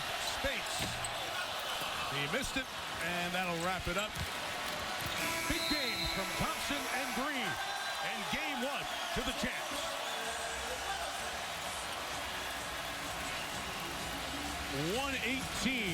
118-106. As they continue to buy time in the absence of Stephen Curry, who told Lisa during the game that he hopes to return for that game 3 on Saturday that we'll have from Oregon for you on ABC. Triple-double for the Spartan, Draymond Green, standing by with Lisa. Thank you, Mike. Draymond, what did you like the most about the way you guys played today without your leader, Steph Curry? The defense. The way we got it done on the defensive end. We made it tough on Dame tonight. We made it tough on CJ. And if we can continue to do that, obviously we know they're not going to have games like this every night. But if we can make them take tough shots, throughout the course of this series, they're so ball dominant with those 2 guys, and rightfully so. They've been great all year, but if we can make it tough on them, we think they'll wear down throughout the course of the series. And how about your defense? You held their big guy to 1 point in this game, and I know you like holding down the big guys. So why were you able to what was the key to being so successful this afternoon against Mason Plumlee? I think I did a pretty good job on him when he got the ball in the post, but... 1 point, Draymond, 1 point. As far as that goes, I'm really helping a lot on Dame and CJ, so I got to give a lot of credit to my teammates because they're in tagging on the roll when he rolled to the basket, and, big fella was down there helping, and he was great tonight. He protected the rim. For you, your 2nd playoff career triple-double, and I just asked you, in the 4th quarter, did you know how close you were, that you were just 1 assist away? No, I stopped paying attention. Earlier in the season, we were playing Philly, and I was going for it, and I almost cost us the game. So I said I can't do that anymore. If it happens, it happens. If it don't, oh, well, who cares? Congratulations. Thank you.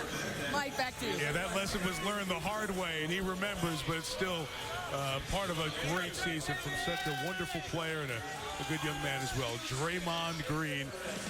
His triple-double, Klay Thompson's 37. The headlines in the Game 1 win by the Warriors. Back to wrap it up here in Oakland in a moment. Golden State Warriors are now 78-10. this year. That's 73-9 regular season. The 4-1 series win over Houston and Game 1 of this Western Conference semifinal. As Golden State and San Antonio make loud statements about their potential path to meet in the Western Conference Finals. Remember, there's another Game 7 tonight on TNT.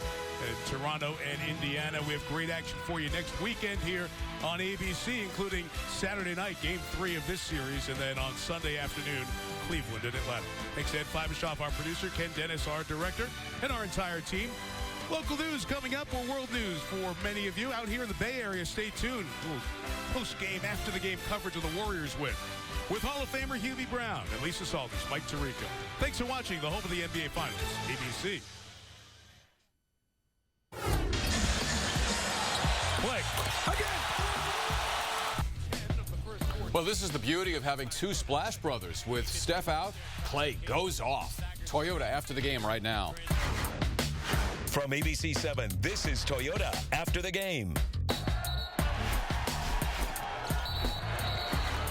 How you doing, everybody? Welcome to Toyota After the Game. Larry Beal, along with ex-Warrior Donald Foyle, joining us straight from his prom, apparently, which is great. Our resident Hall of Famer Nate Thurmond under the weather.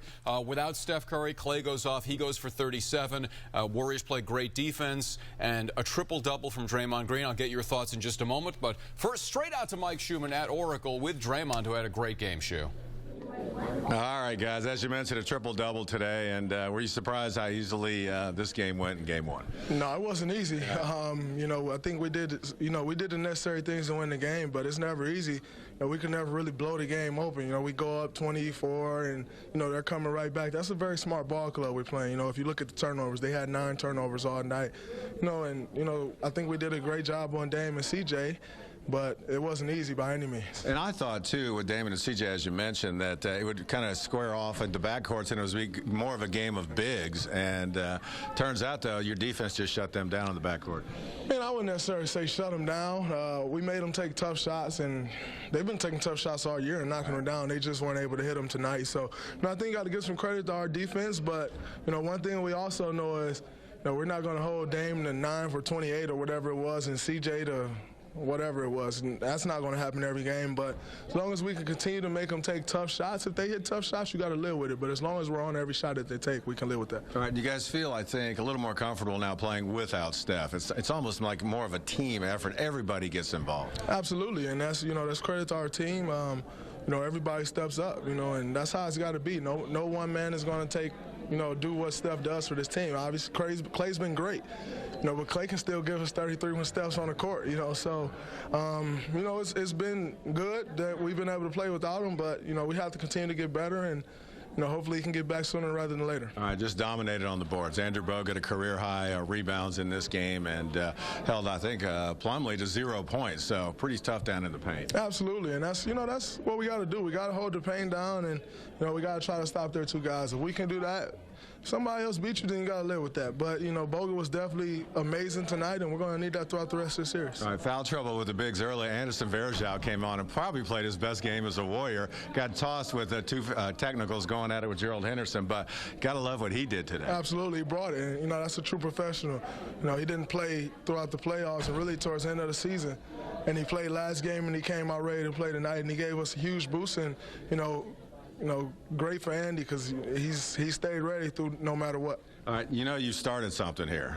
Connor Cook now coming out to play for the Raiders. A lot of Sparty coming out to the West Coast now. Absolutely. You got Connor Cook, Shalik Calhoun, defensive end. And you got Aaron Burbridge going to the, you know, to the 49ers. So I'm excited. You know, I said those guys want to win, so bring in some Spartans. You can take them under your wing when they get out here, right? Absolutely. You know, you got to show them the ropes. You know, show them where to get this at and where to get that at. But I'm excited they're coming out here. It's great. All right, congratulations on the win. Thanks, Dre. All right, Draymond Green. We'll throw it back to you guys in the studio. All right, Chu, thank you. 118-106 was the final. Draymond, he just contributes in so many different ways. He's so important on the defensive end. He can also score. Give me your overall impressions of this game. Yeah, one of the things I like about this game is that you're coming into this game and you're thinking that, you know, Steph Curry and Klay together average about 52 points a game. So you worry that you're leaving 30 points in the game. And for me, what was most impressive is that Klay came out and give you that kind of effort tonight, scoring 37 points. But then it's the defense, and it's not only the primary defense. What I like most about this game is the secondary defense. Once you get past the first line of defense, they had a separate line in the back. I love that. I think that's how you win a championship. Well, Lillard ended up with 30 points, but it was probably the quietest 30 that you could ever imagine. He had 10 in the first half, and I don't want to say the game was decided at that point, but the Warriors had built a 20-point margin, and so they were pretty much just playing keep away the rest of the game. And Damian, he did shoot a lot of free throws at the end, so he was 10 of 10 at the line, and that upped the total point total, but he wasn't a huge factor in the game.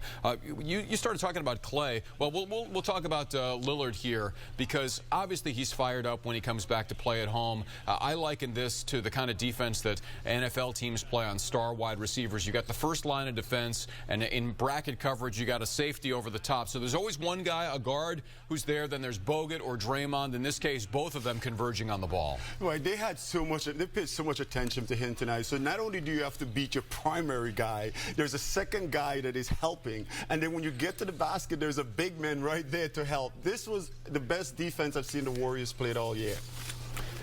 You got to think, though, and my impression was that Damian Lillard was using the second half of this game just to get the feel, just to get in the flow. He knew that they were not going to come back and win this game, but to see 30 in the box score at the end of the night. And he's got to have some help from C.J. McCollum, who shot only 5 of 17 in this game. In fact, Dame himself only shot 8 of 26. Together, they were 13 of 43.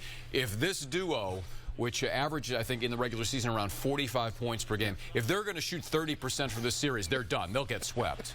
Absolutely. You're going to see that these guys are going to come out and have a great game. They're going to continue to shoot the ball better than they did tonight. I think this was one of those games where nothing go right for them because they won't show what the Warriors were going to do to them. And one of the things that the Warriors has done is that they said, okay, you're going to see us all night. But I think that as the playoff is about adjustments. And what you're going to see is that they're going to have a lot of adjustments going down the stretch. In the next game, you'll see a lot of adjustments. And I think they're going to play better than they did tonight. Yeah. We started talking about Klay Thompson, and the 37 points obviously jumps out at you. What I loved more about his game, obviously it's great when the shots go down, but his assertiveness right from the jump, O'Donnell. Well, this is a kind of I told somebody that I will determine what's going to happen in this series based on how I see this first game. And part of it is how Klay approached this game. We want him to step up. We want him to be the man now that Steph is not there until Steph comes back. We want him to be aggressive going to the basket. He did everything tonight that was expected of him. He was amazing, and this is what the kind of effort that was necessary for this team to make it all the way to the finals. And when Mark Spears joined us last week, he talked about Klay, and it's okay to do it once, but if you're going to be a star player, and he is an all-star and won the three-point shootout, you've got to bring it every night at this level. You may not get 37 every game, but to be a consistent leading scorer for your team, especially when Steph is out. Well, one of the things that Klay has been great at, he's a great three-point shooter. But what makes Steph so amazing is the fact that Steph learns that when they take away the three, how do you get to the basket? What Klay did tonight is that his 3 points was falling, but more than that, he find ways to get easy shots at the basket. And for me, that's kind of the maturity I see and the maturity that I like from him. And if he's supposed to take his place at the echelon of this league, that's the kind of effort I want to see every night. And that's the thing. When defenders come out to crowd you at the three-point line, you blow by and go to the basket or make a backdoor cut, pass and cut, and then you have a layup. Yeah. Time now for our Toyota Let's Go Places play of the game. And we're going to go all the way back to the first quarter here when the game was still in doubt to some extent. Andre Iguodala going to take the rebound and go coast to coast. Sweet finish at the rim. That is our Toyota Let's Go Places play of the game. When we come back on Toyota after the game, lots more from Oracle as the Warriors win by 12 in Game 1 of this playoff series. We'll hear from Steve Kerr, more live post-game interviews all ahead. But first, a look at what's coming up tonight on ABC 7 News at 5.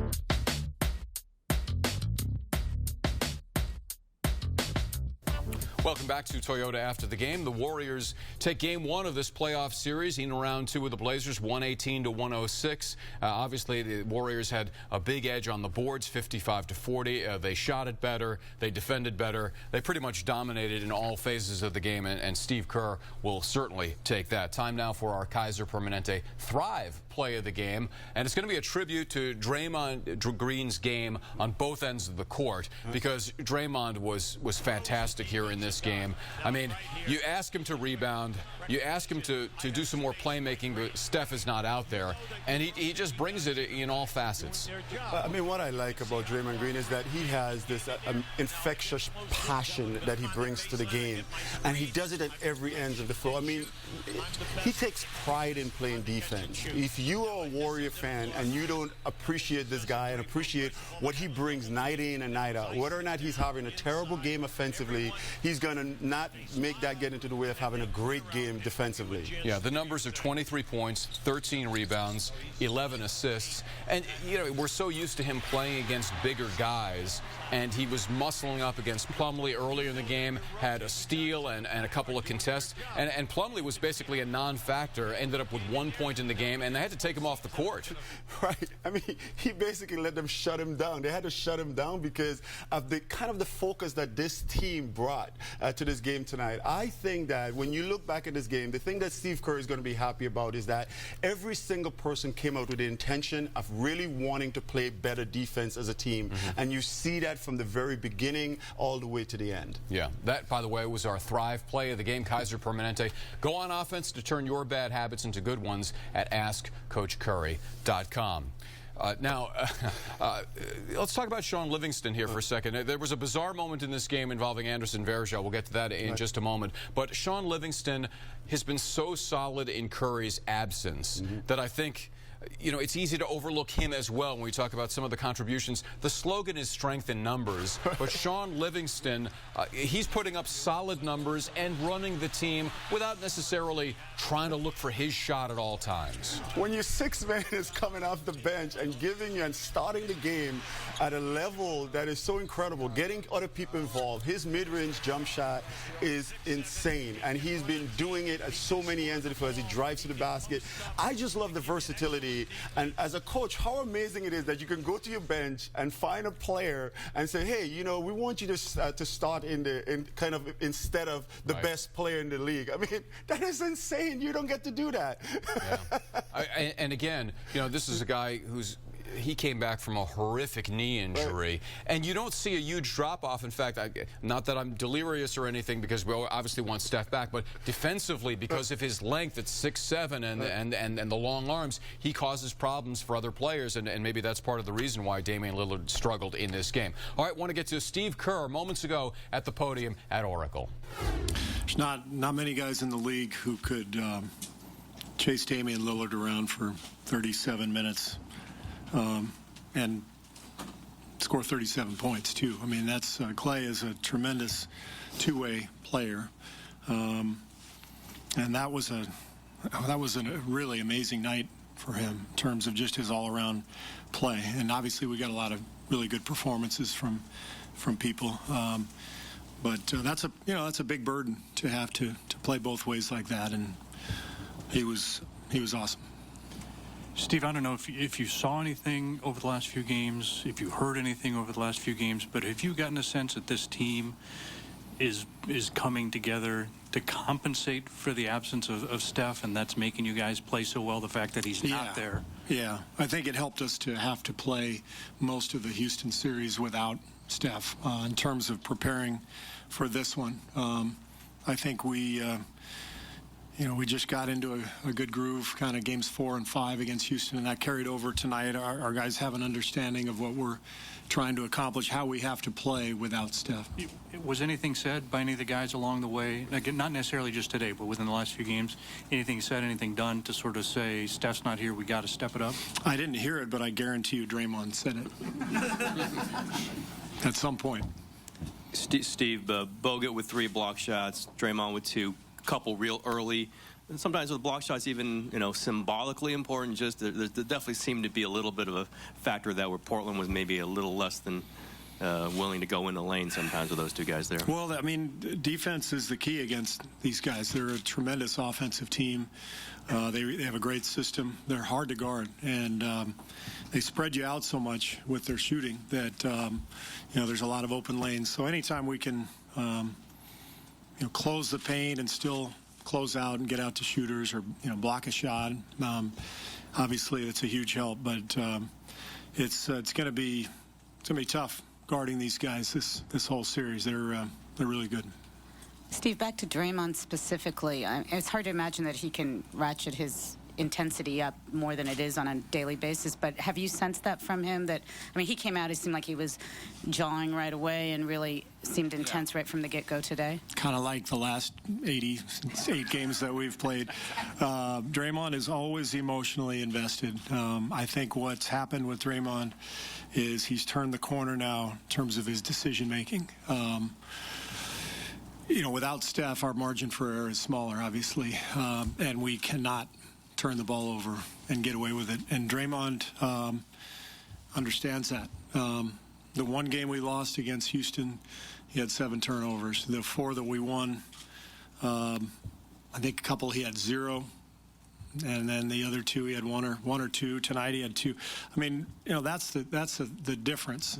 He's just not taking too many unnecessary risks. He's making simple plays. And when he does that, you look at a scoring line or a stat line like tonight, he's always going to rebound and get assists. It's just a matter of making the right decisions, and that's what he's been doing. I think he's been phenomenal. There's a lot of phenomenal performances in this game today, and a 12-point Warriors win over the Blazers, who were held to only 40% shooting from the field, 39 of 97, and their backcourt 13 of 43. As we mentioned, Lillard got the 30, but really was not a huge factor because the game was out of reach. Now, got to talk about this bizarre moment in the game when Anderson Varejao and Gerald Henderson, they had 2 situations, and they both ended up getting ejected. We'll look at the first one here. This is where Henderson comes into the lane, hits Varejao, who then leg whips him, and they go belly to belly right there. And then, and Steph is like, what is going on here? And then look on the far right-hand corner of your screen, Varejao's on the bench, and Henderson is yapping at him, and the refs see it, and they go, you know what, both of you guys could just get out of here. So what is amazing, I think the last time we saw that was Joey Crawford against Tim Duncan, you know, getting a tee from the bench. It's very difficult to get thrown out of the game from the bench. Right. That was with Joey Crawford. When he was yapping at Joey Crawford. Yeah, so, I mean, it's part of the competition of the game. It's part of the emotion that is in a game like this. But, you know, if you're Varejao, you had a really great game. You don't want to really get into this. You don't want to get into a beef at this situation. I think it was an unfortunate play. I didn't think he intentionally tried to trip him. But, you know, taking it back to the... as big men, you know, our legs just go in different places. You know, it's not intentional. Yeah. Well, Varejao is known for flopping a lot. Right. It seemed like Henderson clearly initiated the contact there, and you know, he went flying. It's hard to legislate intent, right. But it seemed like his leg tried to cut Henderson out. Anyway, moments ago, Anderson Varejao stopped and talked with Shu at Oracle. All right, Anderson Varejao, probably your best game here as a Warrior. You had to feel good out there tonight. I felt great. I mean, I was playing with a lot of energy. My legs were feeling good. It's been a little tough for me lately that I'm not playing much, but trying to stay ready and help this team as much as I can when I'm out there. All right, how tough is that to sit and watch? You're used to playing a lot more minutes, and just to turn it on like a light switch. It's not easy, but like I said, I'm trying to work on my cardio, work on my game, and just know what to do out there. Know what we have to do against Portland, against them on pick and rolls and everything. Just trying to lock in and stay focused to do my best out there. All right, you guys dominated down in the paint, and they were really almost a non-factor. Well, it was a good day for us. I think we everything that we talked about before the game, we got to do on the court, and that's why we got the win. All right, do you feel like with Steph out, it seems like it's, I want to say more of a total team effort, but everybody knows what they have to do? In the fourth quarter, usually Damian comes out to start the quarter, and he stayed in.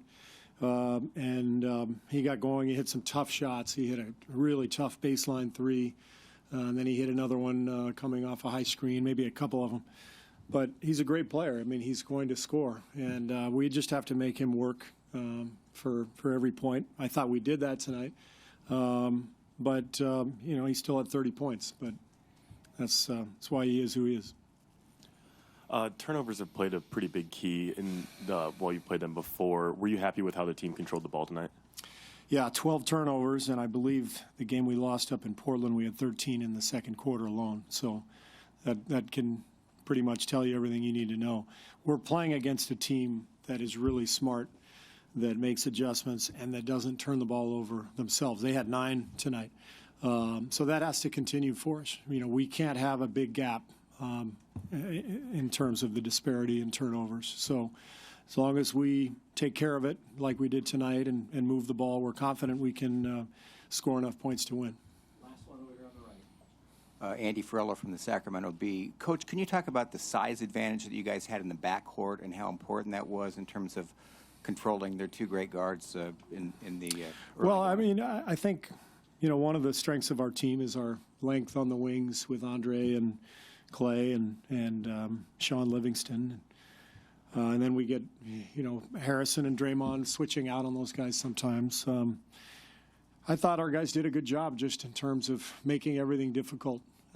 There's no guarantee that that's going to work again, but we just have to continue to try to challenge shots. I mean, the same thing we always do, same thing everybody tries to do. And you challenge as many shots as you can without fouling, and it's not a secret, but we did a pretty good job of that tonight. Great, thank you. Just a minute, we'll have Klay Thompson, Draymond Green. All right, that's the Coach of the Year, Steve Kerr. We'll hear from the Coach of the Year runner-up, Terry Stotts, in a couple of moments, as well as from players of each squad. Dennis Scott, Sam Mitchell here.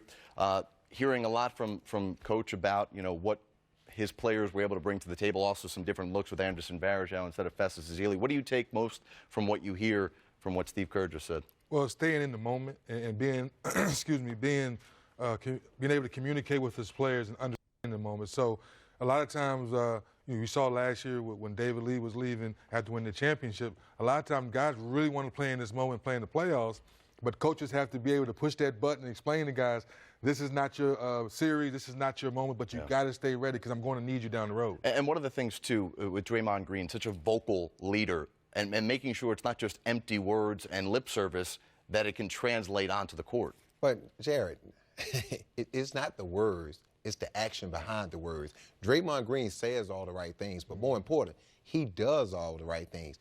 Unselfish to a fault. Takes the toughest assignment every night. He gives up size and height and weight every night, guarding bigger post guys. And then he plays so hard and so smart. And he's always doing the little things to make his teammates better. So it's not just the words that he says, it's the follow-up that he does. It's the implementation of those words. That's why right now this Golden State team is even more so dangerous without Steph Curry.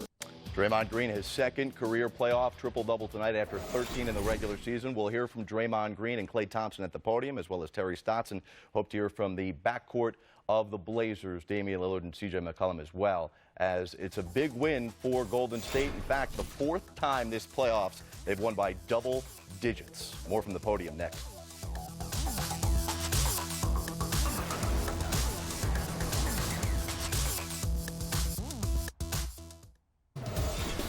Well, they've been the great surprising story of the year of the NBA. Portland on to the second round, but they lose game 1 of the Warriors. Final score, 118-106. Here's Blazers head coach Terry Stotts. Hi, Coach. Nate Duncan, the Cauldron. Klay Thompson obviously is a great player, but what do you think you guys could have done a little bit better guarding him tonight? Well, we'll watch the game and see how he got his shots. You know, I thought he made a lot of tough shots. You know, we lost him a couple times. He did what he did. You know, the first quarter, they're a great first quarter team, and he was a big part of that. But, you know, we got to make them work. With great players, with all-stars, you have to make them work and make it as difficult as possible. So we'll watch the film and see if we can make any changes. But, you know, he got him off to a great start.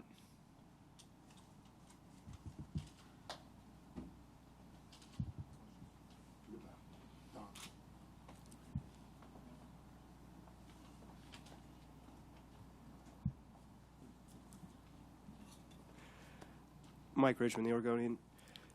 Terry, do you think guys were maybe demoralized by the way that the first quarter started, kind of got down on themselves a little bit? I don't know if demoralized is the right word. You know, certainly it wasn't the start we wanted. You know, but I don't think a demoralized team would have competed like we did in the second quarter, and for the rest of the game, for that matter. So it was disappointing to get off to such a poor start. You know, our offense, we had trouble scoring. Their defense got into us. You know, we struggled at both ends, and probably more so on the offensive end, which fed into their defense. You know, they had second chance points, they had fast break points. I mean, it was a little bit of everything, but I wouldn't say demoralized would be the right word. Dwight James, Comcast Sportsnet. Terry, you guys haven't shot the ball well throughout the playoffs. Do you have any idea why that is?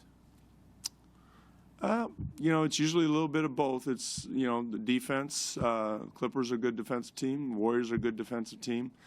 And some of it is just missing some open shots. So I have a hard time comparing the Clippers series to the Warriors, and going forward with the Warriors, they're two completely different teams. So I don't want to belabor the point with the Clippers series, but I thought we had a lot of good shots that we didn't make. Just after one game with the Warriors, you know, it's hard to say.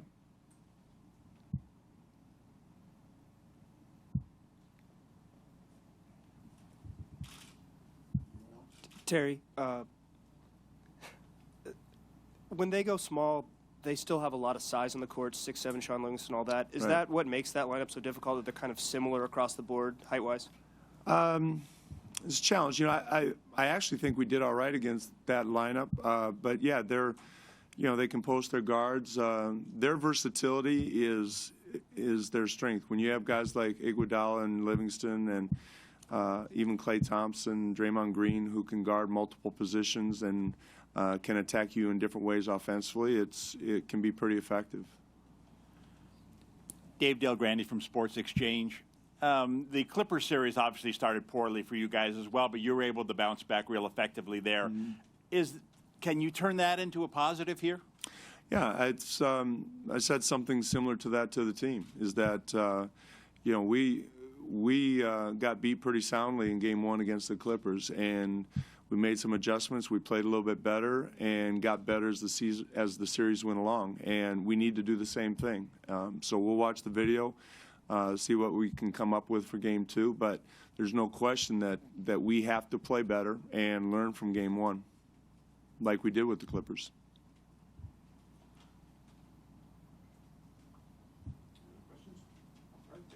All right, thank you. All right, that's Terry Stotts. From coach to star player, Damian Lillard coming to the podium. Now, Lillard finished the contest with a solid line of 30 points, but 18 of those came in the fourth quarter. Here's Damian Lillard back at home, but now trailing in this series to the Warriors 1-0. Damian can go with the Oregonian. After a game like that, do you just say it's just one game and flush it and move on, or how do you handle it? I think you just, like you said, it's one game. Our team competed really hard, and we just got to understand that they're a good first quarter team, and we gotta be better from the start of the game. So once we fix that and continue to compete the way we did, you know, we'll have a chance.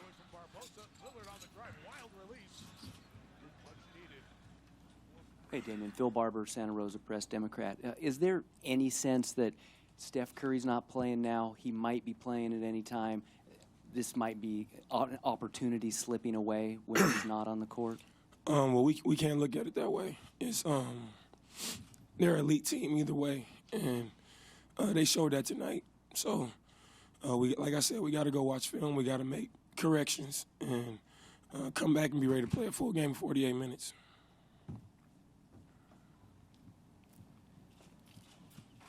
Kevin Arnovitz, ESPN.com. Damian, based on what you saw today, what's your biggest defensive challenge going forward as a team? Understanding that they pass the ball really well, helping each other out, being physical, having a presence on the ball so they don't have straight line passes. We're just making life more difficult for them. Hi, Damian. Han Ling from Sina, China. I know you have a large fan base in Auckland. I wonder how you feel playing playoffs here in your hometown.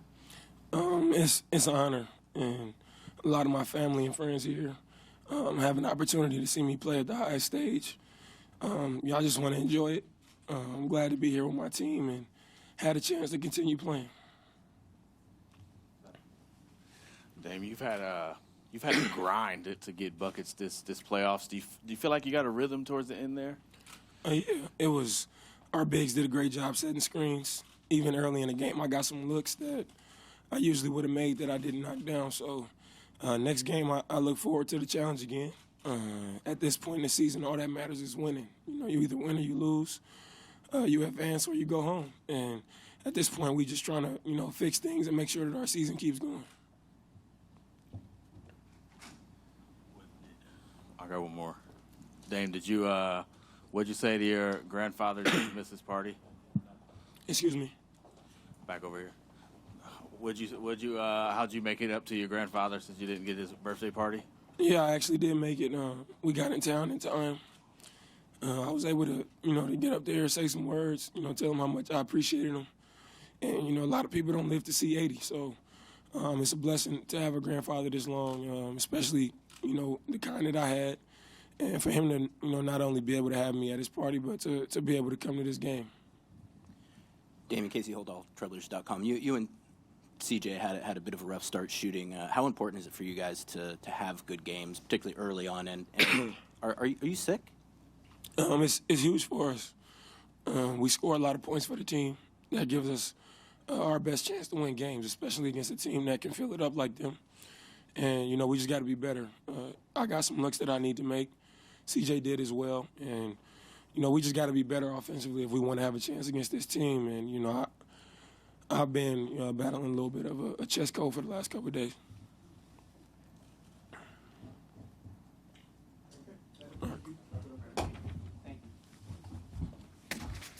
All right, so Damian Lillard, you hear there, the chest cold. See if he can get all healthy before Game 2 on Tuesday back at Oracle.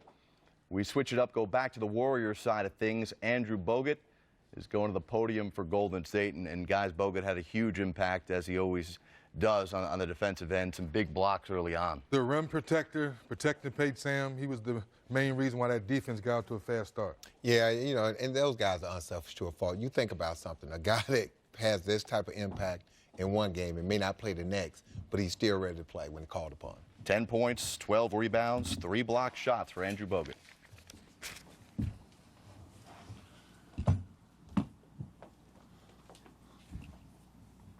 Andrew, you had a couple blocks right off the bat.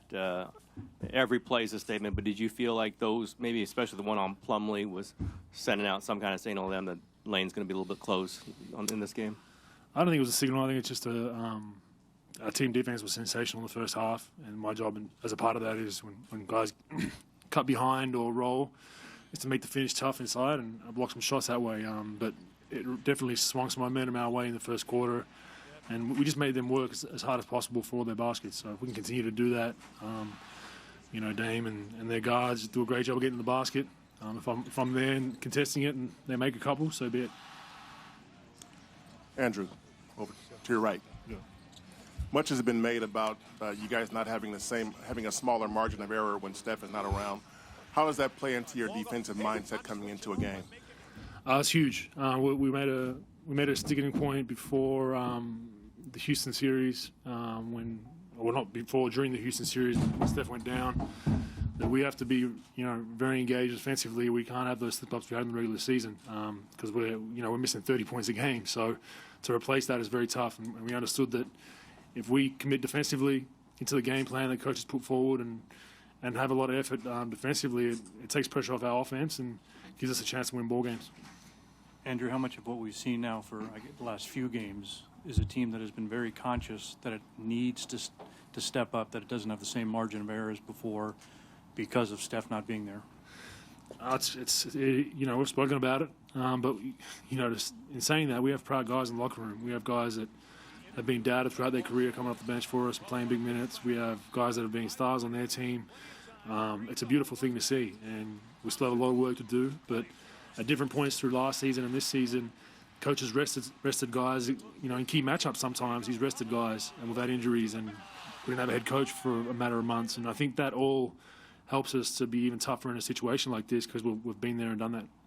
Clay, when Stephen is out, like a game like today, do you feel an extra responsibility on offense to come out and have a big game to sort of make up for what he's not able to give you? To be honest, I really don't. I just want to play as myself and to my strengths. Obviously, I don't have the handle and creativity of Steph, so I got to get it differently. I got to use my teammates. These guys hit great screens and get me open. I was in a great rhythm to start the game. And just not settle for good shots, but hunt great shots. And I really don't feel more pressure when Steph's out because we have so many great playmakers and guys who handle the ball and shoot that we just got to do it collectively because that's a lot of making up to do. Clay, Coach Kerr praised you for chasing around Damian that whole time. How much do you get up for matchups like that on defense? Well, he's one of the best scorers in the league. He can score at all three levels, and it's not just me. Our bigs did a phenomenal job today in the ball screen. It feels like he runs off about 100 ball screens a game, so you got to trust your big guys back there, and they made it tough for him at the rim, at the three-point line, and that's what we got to do all series. Same with McCollum too. Those guys are deadly with the ball in their hands, and it's a collective effort. It's not just me or Andre or Sean. It's everybody, and got to give a ton of credit to my bigs there. They're fantastic in the ball screen. Yeah. Yeah. Andrew, Coach Kerr said that he thought that Draymond was making better decisions, and his turnovers are down from what they were. And I'm just wondering, have you seen that as a conscious thing with him? Consciously working to cut down the turnovers. A little bit, but I mean, Coach Kerr obviously wants us to play freely, and sometimes I'm even guilty over it. Is we probably go for the home run play. Sometimes we get caught up in the excitement of trying to pinpoint that pass to Clay backcutting, for instance, and trying to really get it through something that we probably can't fit the ball through, and that's when we get in trouble. And I think we had some trouble with that in the regular season at times, but Draymond was huge for us. I mean, his playmaking ability, his defensive ability, he's probably the best all-around player in the league at this point. And I think it hasn't been a huge deal for us. It's just been a kind of a minor tweak of, hey, let's not go for those home run plays. Let's go swing, swing, swing, and the ball's going to find whoever's open again, and they're going to get an open shot. Clay, since that one game in Houston where you were 0 for 7 from 3, your three ball's been on fire. Anything that you've done, or is there a rhythm you found, or what's happened? I mean, not really. Honestly, I didn't get deflated after 0 for 7 night. I remember that night, and that shot to go ahead from about 26 might have been a bad shot at the time, but that killed me all night. And then I just never gonna doubt myself. I mean, if I'm not out there hunting my shot and trying to get open looks, and I'm ineffective. So for me, it's just to be a good shooter in this league, you got to be a continuous player. And honestly, whatever the result was play before, forget about it. And what was that first quarter like today? I was in a great zone. I mean, I got a couple good looks. Came off some great pin downs, and anytime you get a shot, 3 balls in the corner, it's not a hard shot, even with the guy a few feet from you. So it was good to get off to a great start, and just try and sustain it for 48 minutes. Obviously, you're not going to shoot like that every game. It's the NBA playoffs, so but you just got to be aggressive. 2 more, Tim, and then Ethan.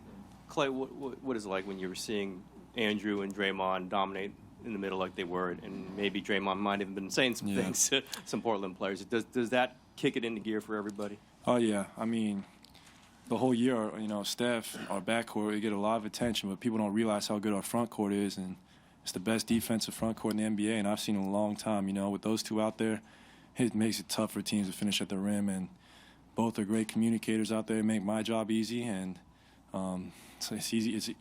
It's fun to play with these guys. I mean, Bose and Draymond do a great job of contesting everything at the rim and just calling coverages, and I expect that from them just because I've seen them do it for so long, and we needed to win this series.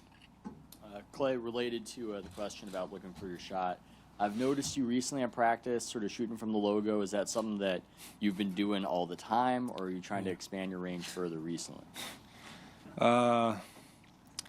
I've seen Steph do it a lot, so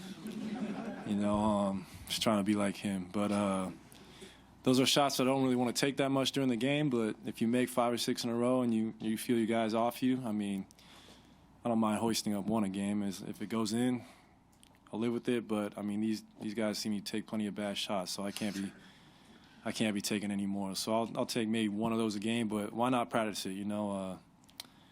I mean, if the defense can sag off me, I think I made one of them tonight, so just got to keep working on them. Great, thank you. Raymond. All right, welcome you back inside of Studio B for our post-game coverage. Warriors win big in Game 1 over the Blazers. That was Klay Thompson, who had 37 points, 7 threes, last 3 games, 21 total. Sam Mitchell, Dennis Scott, Jared Greenberg. We're going to hear from Draymond Green, and a little bit later on, we're going to have you guys discuss for us what it's like to be Klay Thompson. There's so much talk in the post-game press conference going from the second leading scorer to the guy who steps up and also locks down the team opponent's leading scorer. But now here's Draymond Green, who had a triple-double. You felt that you've needed to ratchet up the intensity without Steph playing. Have you felt a responsibility there? I mean, you know, obviously I think everything has to be ratcheted up. I don't, you know, go out there saying I got to do this, I got to do that more. You know, we all have to, and that's, you know, that's the entire team. More defense, you know, everybody got to be more involved on the offensive end. You know, Steph brings so much to the table that one guy isn't going to do what he do, you know, so we all have to step it up collectively, and everybody's been doing that. Draymond, first row to your right. I had asked Steve a few minutes ago about whether any of the players had said anything to each other about needing to come together and to really step up their game to get locked in without Steph. He said nothing that he heard, but he's pretty sure you would have said something anyway. Did you? What was said within the locker room about playing well at this point without Steph? I just told the guys, you know, that we got to come out with a defensive mindset, you know, and that's pretty much it. You know, I think we can pretty much just stay solid and, you know, get good stuff on the offensive end. But, you know, against this team, we just got to come out with the defensive mindset, you know, when Steph's not out there. You know, it's, you know, when Steph's out there, we can go toe-to-toe with anybody for offense and probably have the advantage, you know. But when he's not out there, you got to get it done on the defensive end. So if it's anything, really just telling the guys come out. Don't worry about any offense. We'll get what we need on the offensive end and come out with a defensive mindset, and I think we did that tonight. And that was really today. You know, as the series changed, everything changes. You know, I think, you know, the thing that we was preaching against Houston was ball movement, you know, and cutting. You know, so, you know, against this team is really just straight defensive-minded. And, like I said, offense will take care of itself. Draymond, speaking about defensive-minded, you had the big block at Lillard pretty early and maybe said some things afterwards. What does a play like that, do you think, do for a team? I didn't say too much or nothing. You know, but it's, you know, it really sets the tempo of the game. You know, you're not going to come in here and just get layups. You know, you're not going to come in here and get anything easy. And, you know, so you just really try to bring that force, you know, that force to the game that we need. And, you know, and I ain't saying that Dame isn't going to go 8 for 26 every game. And, you know, CJ's not going to go 5 for 17. So, that being said, we got to continue to improve. And, you know, I think, you know, we did a good job on the defensive end. Now, you know, Stotts is a great coach and they have some great players, you know, so they're going to make adjustments. We got to be ready to make adjustment to their adjustments on Tuesday. Hi, Jim. Hanling from Sina, China. Congratulations on the triple-double digits in this playoff. I wonder, were you counting for that, or you just try to step up, help the team win? Thank you. And no, I didn't come out here saying, hey, I need to get a triple-double. You know, I come out saying I need to do whatever it takes, you know, to help our team get a win. And, you know, tonight that was a little bit of everything. And so, you know, it's I've tried going for a triple-double before. It didn't quite work out, you know, so. You know, if it happens, then, oh, well, it happens. If not, who cares? You know, that's not going to win us the game, me getting a triple-double. You know, what wins us the game is what we played 13 guys tonight, what all 13 guys stepped on the floor and did. Everybody brought energy, you know, from, you know, Anderson Varejao, who hasn't played much lately, coming in and giving us a huge lift off the bench, you know, so it was very important that, you know, everybody step up, and that's what won us the game, not a triple-double. Tonight was your third triple-double against the Blazers in 5 meetings this year. Is that coincidental, or is there a vulnerability that you've detected that you're exposing? I think it's really just a coincidence. You know, it's guys are really cutting, you know, and I find open man. I don't think it's necessarily something that I found and said, oh, they're vulnerable here, because it's been different guys matched up on me each game anyway. So, you know, I think it's really just coincidental. Hi, Draymond. Here, Alan from Tencent, China. So you talk about our defense, but on the offense end, like, do you try to be extra aggressive without Steph, or you just let the game comes to you? I don't think I was really any more aggressive than I've been, you know, other than, you know, I think when I got the ball in the post, I kind of took advantage of that a little bit more today. But other than that, I just let the game come to me. I think the first 7, 8 minutes of the game, I had took one shot, you know, so I don't come out saying, oh, I need to be way more aggressive. The aggressiveness comes with the ball movement. When the ball's flying around like it was today, then, you know, I get the ball in good positions and, you know, I'd be a little more aggressive then. Bogut and Clay, right before you came up, Bogut called you the best all-around player in the league. Clay nodded. Is that a title that you're comfortable with? Is that something that you believe yourself? I'm comfortable with it. You know, I've never really been one that's not too comfortable with much. But I think there's a lot of great all-around players in the game. You know, you'll never hear me call myself that. You know, but they're going to call me that. I'll take it. You know, I'm not going to shy away from it. Draymond, on Game 3 in Houston, you had the turnovers, and Clay was 0 for 7 from 3. Since then, it's like a total flip. What's happened? Is it mental or is it physical? What are the changes you guys have made to get to where you want to be, where you are right now? Well, you know, I think it's mental and physical. You know, mentally, just making a simple play, and I think I still had a couple turnovers tonight that I shouldn't have had. You know, just making a simple play. Coming down, if it's not there, just move the ball on. You know, not trying to make too much happen that we don't have to do. And, you know, with Clay, I think he's just settled in. You know, guys are finding him in good positions, but, you know, he's been just flying around. You know, if you watch Clay, he's everywhere. He's all over the place. He's back cutting. He's flying off screens. And, you know, when he's flying around like that, he gets open shots. And, you know, it allows me to put the ball in a better place and not have to force it, you know. So I think it all works hand in hand, but, you know, he's been flying around, and, you know, I've just tried to just make the simple play. If it's not there, just move the ball on. You know, we saw the little scuffle between Anderson and Henderson. Was there much of that going on at all today out there? And is that anything you expect to carry over into the next couple of games? I didn't even see what happened. I just turned around and saw them going at it. You know, so I'm not sure what happened. I don't really care what happened. I don't think they really care what happened. I don't think it's something that'll carry over into the next game. You know, I know Andy's a very classy guy, and from what I know about Gerald, I think he's a very classy guy. So you know, some things take place on the court that, you know, sometimes you just lose control of. But, you know, I know both of those guys will come ready to play in game 2. But right there, then the next play.